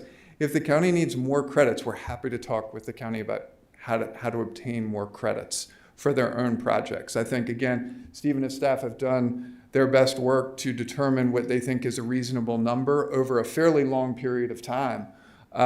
However, if something changes, we certainly have the flexibility to work with the county to ensure a successful outcome. We're never going to turn away a customer from credits.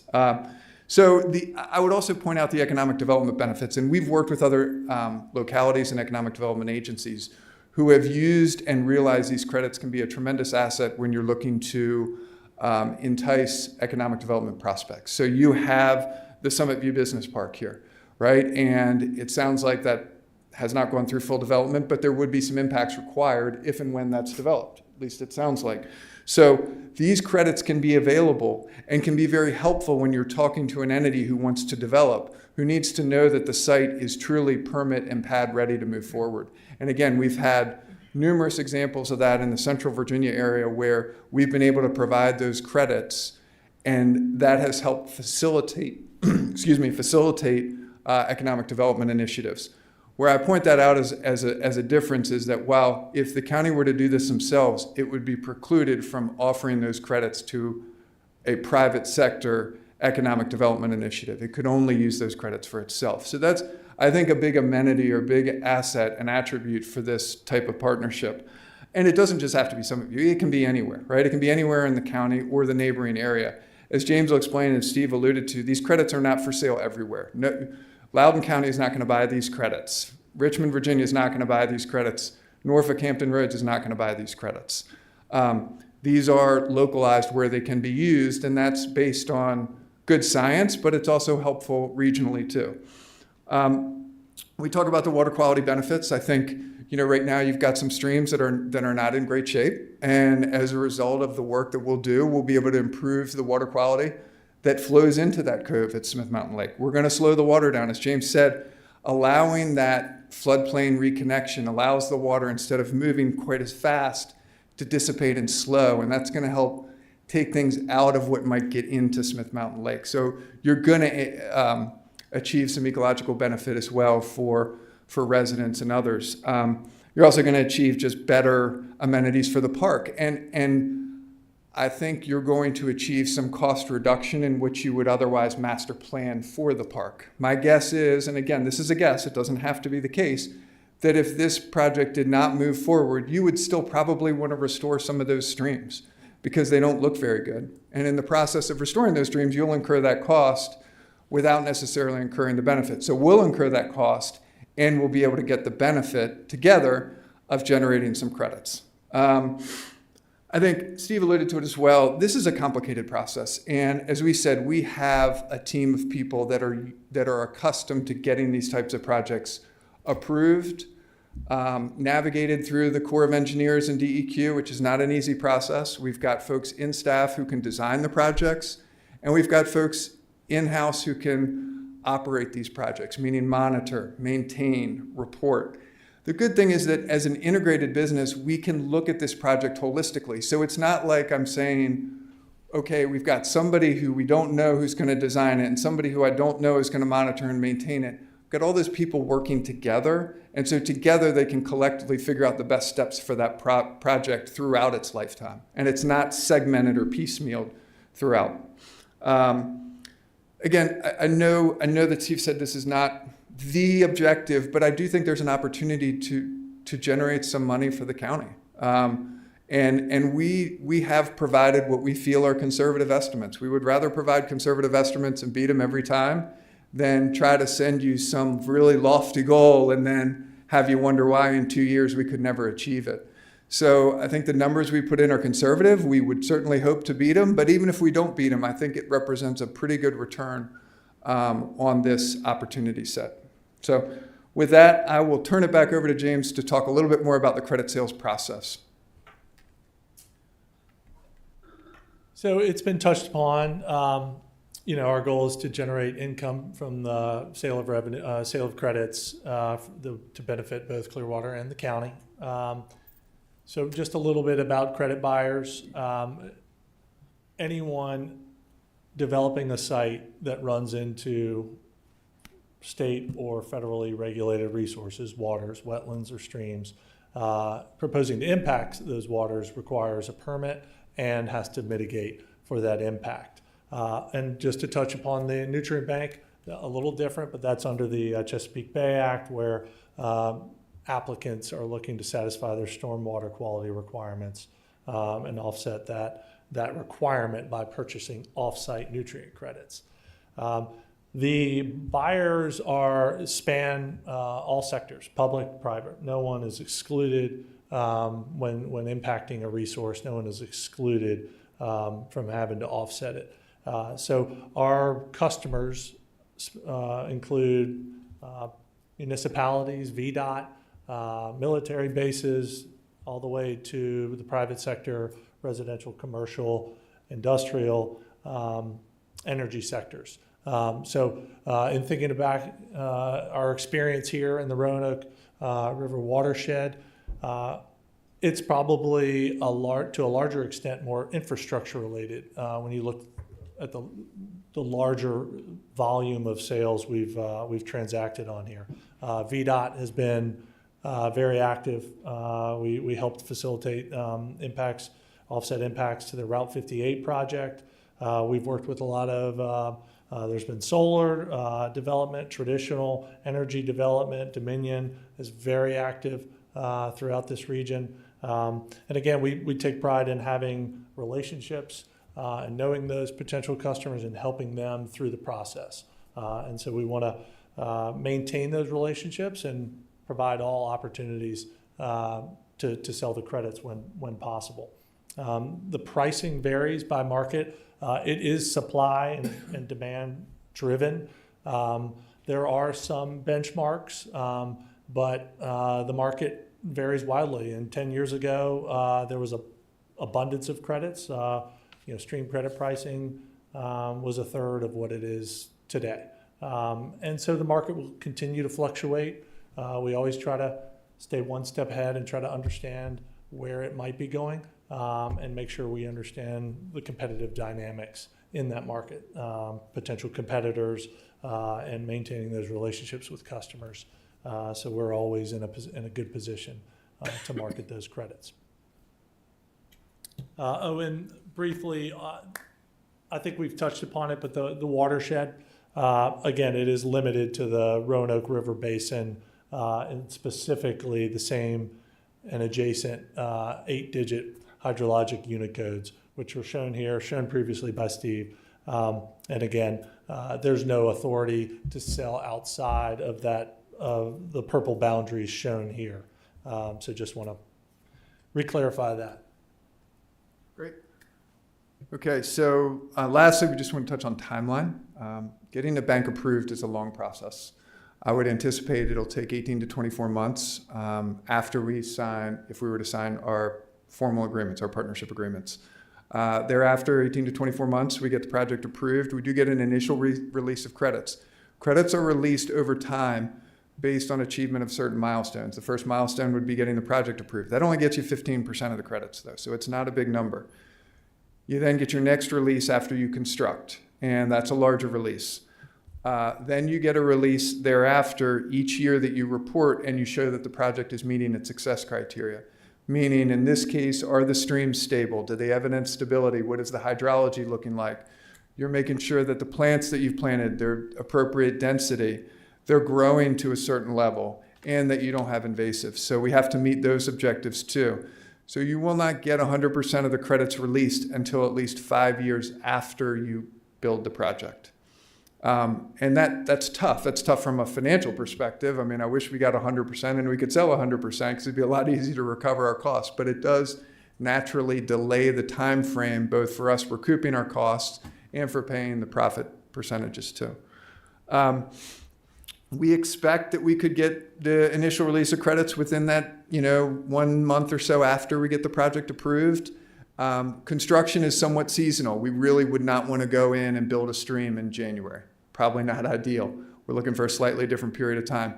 We do want to build it though, so that we can start what's called the growing season for us, which occurs generally starting in around April. So we'd want to have it constructed by in April, and that starts our monitoring year. We can take advantage of that. If we started it in August, we would not be able to take advantage of that monitoring year, and it would roll, year one would be the next year. So that's generally how we like to look at construction. And then after that, the 10-year cycle is just on a calendar year basis. So we typically will monitor throughout the year. You'll see us there periodically doing assessments of the site, and then we'll report on it. And of course, we would share that reporting with the county. At the end of 10 years, the project would be moved into long-term stewardship, at which point the long-term steward, who could be the county, can take it over, and then they would have access to those long-term management funds on a go-forward basis. So I think that's all for us. We're happy to answer questions now or step aside until a later point. Mike? Thank you, Mr. Chairman. I'm curious about the riparian buffer. What type of trees do you all plant to create that stream buffer? So it's all native. James, you can come up and fill in. We do a series. It's a combination. We want to do some things that are going to grow and take pretty quickly. So a certain type of vegetation James can speak of. And then we're putting in more of the hardwood, like slower stuff too, but not expecting that to take quite as quickly. So you want to give? Yeah, each planting pallet is approved in the process, all native, and we certainly take a regional approach. And so you're going to have your mix of hardwoods. You've got the early successional, and then the later successional tree oaks. Everyone wants certain types of trees, and those will be included. But certainly we have to get the canopy up and establish the density of trees. So your river birches and black willows might be some of those you see early, but the long-term goal is a diverse mixed hardwood. There also are opportunities to mix in, lower lying vegetation, or even we've had success getting approved some meadow, some grasses, some pollinator habitat to provide some diversity of landscape. So there's a nice mix, natural mix of both hardwood and herbaceous. Do you plant sycamores because they seem to be typical along streams? Yeah, so sycamores are absolutely in the mix, and they are customarily another one that jumps pretty early. Yeah. Okay, thank you. But there has to be that balance. The agencies do not want to see a monoculture of any kind. Right. And I think too, this speaks to some of the engagement with Parks and Rec. When you're looking at this as a park, if you're saying, we'd like to maybe have as an amenity an area that is more pollinator habitat, right? We want to have that as an amenity for the park. We've done that, and we could do that again here. So that would be an engagement with staff and the county to figure out, okay, what's the right planting palette? It just all has to be native. Nick? Which agencies oversee this you say you have to come in and check them. Which agencies oversee this to ensure that it's up to the standard of So the two primary agencies are the United States Army Corps of Engineers and Virginia Department of Environmental Quality. There are other members of, there are a ton of acronyms in this industry. This one is called the IRT, so it's the Interagency Review Team. That's the group of agencies that review our approval documents. So you have other folks involved, both state and federal, so EPA, Fish and Wildlife, they do participate. But once the project moves through and gets approval, it's really up to two agencies, and it's the Corps and DEQ. They will typically request a site visit during the approval process, and then they will request a site visit post-construction. They may request a site visit during the monitoring and maintenance period, but usually only if they have questions or issues. We really don't have them out there that much. And they're limited resources, they're not out there a ton. But those are the two agencies. Do you all not work with the NRCS or anyone like that? Because I've done stream exclusion projects and put in riparian buffers and pollinator habitats and all that. Do you all work with NRCS at all?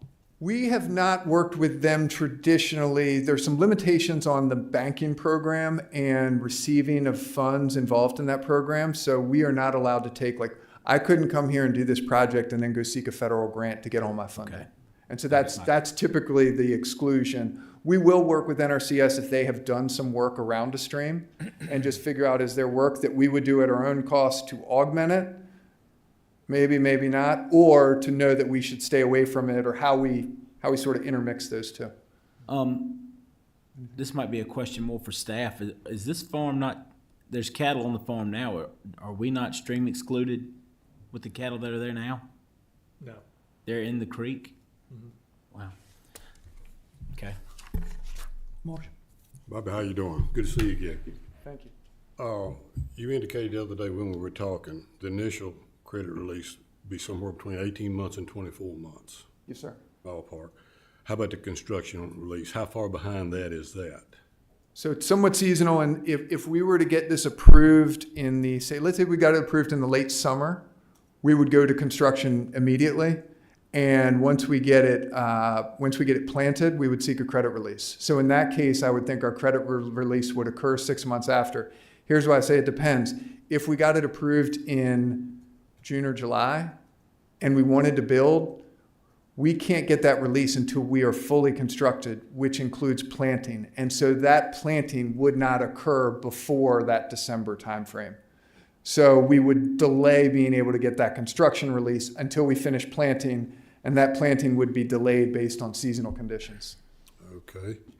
And I was looking at your agreement that y'all had. The county would have to purchase there at least 1,000 credits during the initial release, correct? That's what we recommended in our proposal. We thought that would be a good, but again, if the decision is you don't need those credits and you want to reserve those for a future release, we have some flexibility to say, okay, we'll take the credits that you don't need right now and we'll look to market those knowing we're going to get future releases. We would just really want to make sure that we understand the timing of any needs, because we wouldn't want to leave the county out and unable to use the credits for its own projects. So if we didn't buy them in the initial release, are you saying, do I understand you right, we're going to have to buy them in the construction release at that point, all we want? You could buy them in the construction release, and again, this is where timing can, and this is where we would work with county and their staff to figure out how the timing matches up. And so if it was, hey, we just don't need these credits until year one release, we could work with you to defer that purchase farther down the road.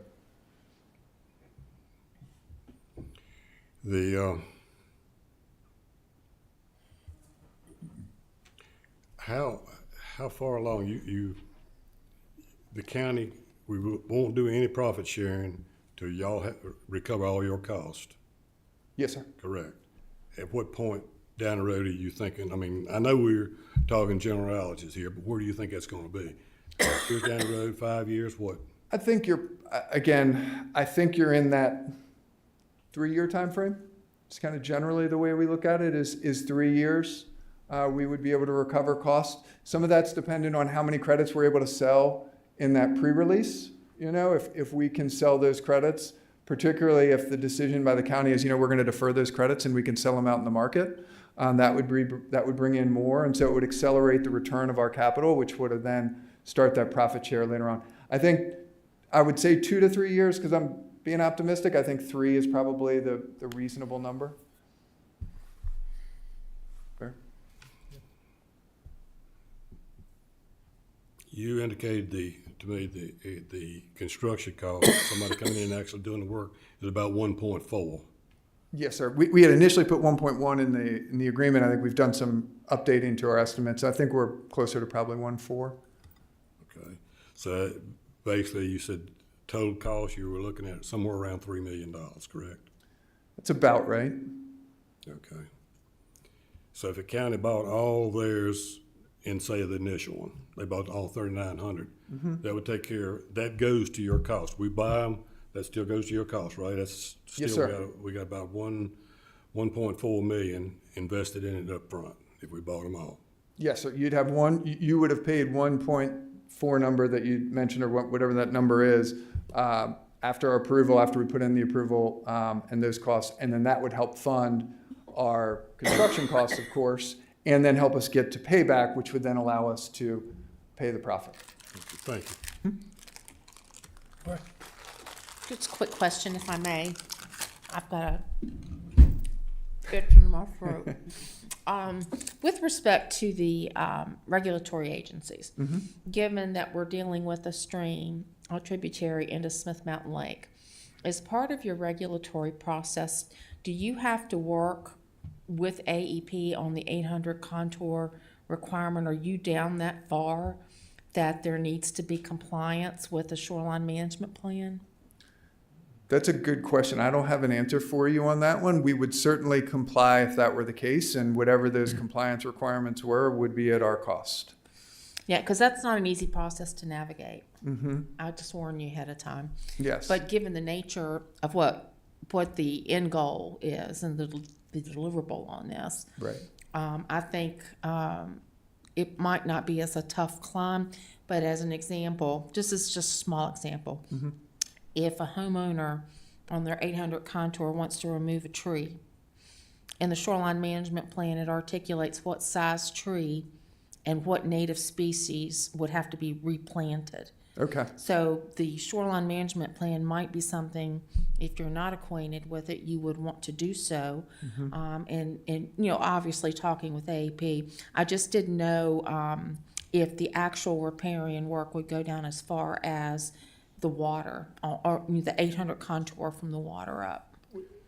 We have not proposed anything down beyond along the banks of the lake. It is the actual upstream riparian corridor. Above 800 foot? Yes. Okay, all right. Yeah. I just thought I would ask. But we will check. I appreciate you letting us know that. It's, I don't claim that this would be the same, but we have dealt with a lot of floodplain requirements on our Yeah, wetland projects, and you will find that these floodplain requirements somehow bring us to a different path that doesn't always seem to further the overall objective of the floodplain requirements. So, yeah, sometimes it's challenging. You just Yeah, have to and I'm work sure through it. Mr. Sandy can bring you up to speed on the floodway and the floodplain. We have somewhat, various conversations regarding Smith Mountain Lake, but anyway, I appreciate that. Thank you very much. Yes, ma'am. Anyone else? Dan? Tim? Dan, you got anything? Yeah, so I have a couple questions, and then I just wanted to make some observations overall on the contract. So the first one is, with the new administration, it seems like they're removing a lot of regulations to make it easier to do business. Do you see a risk at them removing the regulations for organizations to buy these credits or buy so many of the credits? The short answer would be no, because Virginia has their own water quality protection program, and that has not wavered despite the changing federal regulatory framework. I do think, however, that federal regulatory changes can facilitate the process, and that facilitation of the process can still allow for the sale of stream credits. So even if the Corps somehow were not able to, again, this is just my personal opinion, even if the Corps suggested that they were no longer had authority to regulate a single water resource in Virginia, The Commonwealth of Virginia would, and we would therefore be dealing with DEQ under virtually the same requirements that we're dealing with right now with the Corps. Okay, thanks. And you mentioned the size of there was an endowment, and I didn't recall seeing that in the agreement. What is the size of the endowment? So that is subject to being finalized with the long-term steward. There's a process for that. I think we've assumed right now 150,000. That could increase to 175. I think roughly we put in 150. I think top end it wouldn't exceed 200, but it might go a little bit more than 150. Okay. And then if say the county buys a credit at 375 and then later decides they don't need that credit and they want to sell it on the open market, how is that profit split? Does the county get all the profit, or is that profit split? It would be yours. Okay. It would be yours. So that's the end of my questions. However, I just had some overall observations that I thought would be worth making. So I was really excited about this initiative, but admittedly I have cooled some.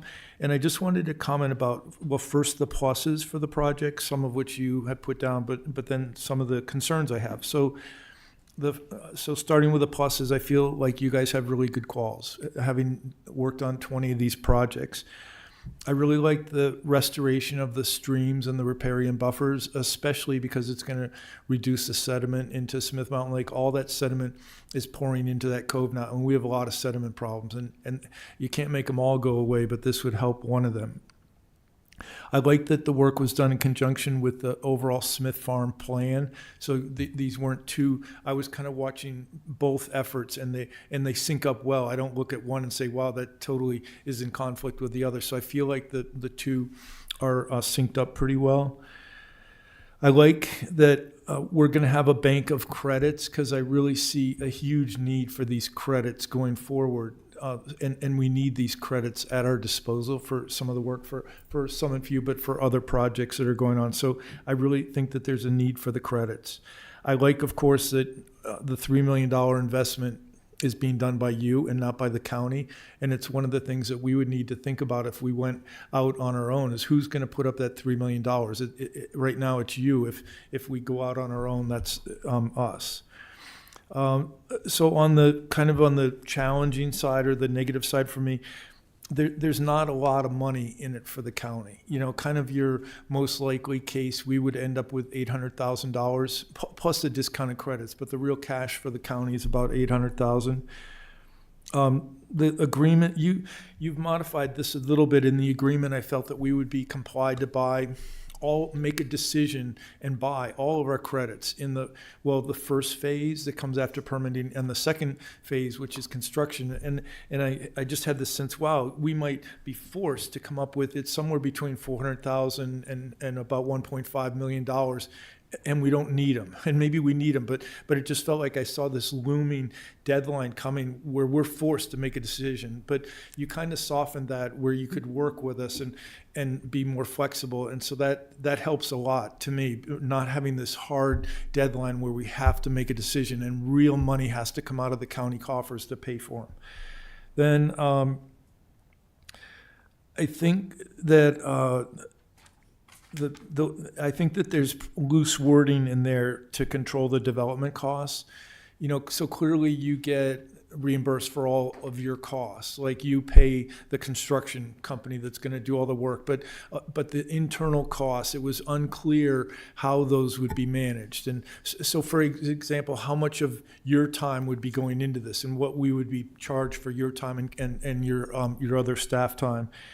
And then I was a bit concerned about the permanent easements, wondering if there's the ability to modify those. You know, with the Smith Farm plan now, we have our best guess as to exactly what we'll need, but I know a year from now we'll see something else that we hadn't thought of. And now, how locked in are we? We've given you a permanent easement, but now we realize, wow, we'd like a bridge over this stream. It was unclear how any of those modifications would work. And then the last thing I would just say, and this is more for our team, that doing nothing is not an option. I don't feel. We can't do nothing. And so I think that we have a choice. We either negotiate the best terms we can on this agreement, or we regroup and decide how we're going to go forward. and maybe going forward as we decide we want to put 3 million into this to do it ourselves. I'm not sure that is the best idea, but my point to our team is I don't think do nothing is an option. I think that we need this work done and we need these credits. So that's all I have. Thank you. May Anyone we- else now? Thank you all. Appreciate it. Yes. Is there any chance to answer any of your clarification questions? Sure, go ahead. Okay, great. So just a couple of those. Yes, appreciate the idea that the contract as we initially drafted it had more rigidity and when you could purchase credits. And we've realized that, particularly in more discussions that we've had around this project, how important it is for the county to reserve credits, but also how the importance of being flexible in how it reserves credits. So having heard that and listened to it, we would modify the initial draft of that agreement to give the county that flexibility that it really, I think, needs. And we've talked other times, there are other opportunities to fund these types of credit purchases. And so we've also talked about how we can help the county find those opportunities so that maybe through economic development initiatives, it can purchase those credits and really hold on to them without having to come out with a big outlay. I would say also on how we allocate costs. So it's a good question. We understand that's important. We will fix our costs as part of this. And the way we will do it is we will have the project incur cost from Clearwater based on achievement of milestones. So where we will be a little bit different than what you would think about a consulting company that's doing it on, say, time and materials basis, we will say this is what it will cost. This is a fixed cost to obtain this project approval. And so that's how we limit that, and we certainly will be transparent with the county about what those fixed costs are. We're not looking to throw time and materials at all of this. James and I will spend time on this. We generally look at this from a team perspective and how we allocate those internal costs. But we do have people with the expertise, the design, ecological expertise who will also spend time on it. Last point on the easements and permanent. So we should clarify this. Our interest in the project only needs to last until we turn it over to long-term stewardship. Once long-term stewardship is in place, Clearwater does not need to have rights on the project anymore. We just need to have it during the term of the operational period. So thereafter, we would terminate our easement, and so there would be one less encumbrance on that bank. The conservation easement in of itself is permanent, and it is protective. And so if we don't do our best to account for flexibility in that easement, it will net by its very terms limit what you can do. But we can also build in some flexibility. So let's say you need a path. Let's say we talked about a crossing in one of the areas. If we need to designate a crossing and we can designate it in certain optional areas, I think we can put that forward. The way you calculate credits is you calculate it through areas, through square footage. And so if we say, this length is this many square feet, but we're going to hold out this much, and it could be here, or it could be here, or it could be here, I think we have that sort of flexibility and latitude. It makes the conservation easement a little bit more complicated, but we're talking about a land development exercise here. We're talking about trying to do the best we can to make this the best park you can and also realize the benefits from a mitigation bank. So I do think, and we have had experience dealing with private landowners who have also looked at that flexibility and we've worked together to find it. So Okay, thank you. you're welcome. Thank you. Thank you. Thank you. All right, we'll go into public comment. Madam Clerk, you got anybody signed up for this? I just had Charles Poindexter, but I think he left. I know, Steve, I was going to say there might have been some confusion. I saw Charles in the audience, and I assumed he was here to speak about this because of the email he sent to us about it. And then when you mentioned that the Smith Farm would be covered at the next meeting, what you really meant with the Smith Farm plan, not this public hearing on this discussion. He might have taken it that we're doing everything with the Smith Farm next meeting and left. That's my guess. I'm just suggesting that's a possibility. If that's the case, then maybe we need to continue the hearing. We don't have to have y'all back, but maybe we just need to continue the public hearing because if I close it, then he can't talk to it next time. Is that correct? Is that correct, Jim? Yeah, that'll be fine. All right, so we will, since there's nobody else here, there's no one else here wishes to speak to this project. All right, then we will continue the public hearing on this until our September meeting. Thank you all for that, and we'll finish the public hearing on that in September. Mr. Chairman. There. I got a question for Steve, maybe, Yes, sir. on this. Steve, it's quick, Steve. On the credits that we bought for some of you, what did they cost us each? Do you remember? Well, as an example, the 460 stream credits was in the ballpark of $350,000. I think we paid $750 a credit, if my math is right. I think that's the number. Just for that one. Again, the prices will fluctuate based on the time, but I think that was at the higher end, I think, of the credit price. But again, at that point, we couldn't find them anywhere, so the supply of the credits was pretty limited at that point. Are the stream credits different, higher, lower than stream credit? I mean, how does that? I'd really have to let these guys kind of address. I'm sorry. Stream credits versus wetland credits. Yes. So with the connector road for the .01 wetland credit, that was like $1,100. Okay. You know, the stream credits was the bigger price tag. Like I said, roughly $350,000 for those. Okay. Thank you. I don't know, did you want them to speak to? No, it's okay. And I think I failed to mention before that, you know, we've had an internal team that's been working on this for several months. And so all of them are in this room, actually. Brian, Brandy, not Kevin. Kevin hasn't been on this one. Paul, of course. Danny, Jeff was here.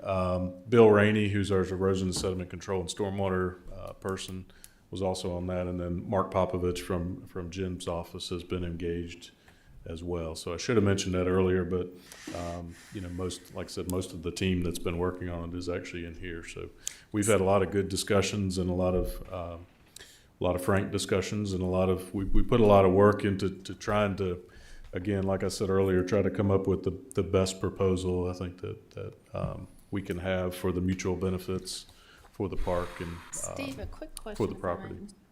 Yes. Quick question, excuse me. With regard to the potential establishment of the credit, the stream credit break, has the master plan been impaired by these permanent easements? Is there a need to alter the master planning of what's being looked at for the Smith Farm project? Paul was going to get into that a little earlier, and I would invite Paul to come up. I think they've been consciously kind of, I don't say working around, but they've been conscious of the fact of where the easements will potentially lie. And so my understanding is they've kind of worked their master plan around that for the most part. Yes, Ms. Smith, the 2016 plan was really done almost to look to see if a park and stream credits could coexist. Okay. And so, but it really wasn't, so we revisited here recently just to get more public input on it. And the nutrient credits, then the boundaries did shift a little bit. But, and I'll go over this more in a work session or a future date. But yeah, generally the public is wanting more of conservation, passive recreation, and that still very closely aligns with stream So credits. you're feeling like there could be coexistence? Yes, ma'am. That would keep you and your staff and the RAC satisfied? Yes, ma'am. Yeah. Okay, thank We you. can go in all, gosh, that's such a big question, but yes, in I know, I essence, shouldn't there's so have much asked more it to tonight. that, but yes. Okay, thank you, thank you. Anybody else? Thank you, Steve. Thank you, Steve. Thank you all for coming up. Like I said, you won't have to come back in September. Somehow I think they might show up. That's up to them. But I'm just gonna open it up when they come back for the public hearing, just for that. Steve can answer any questions that we have. All right, the only ones that I see here other than our friends from Richmond are county staff. So, but I still feel compelled to open up public comment.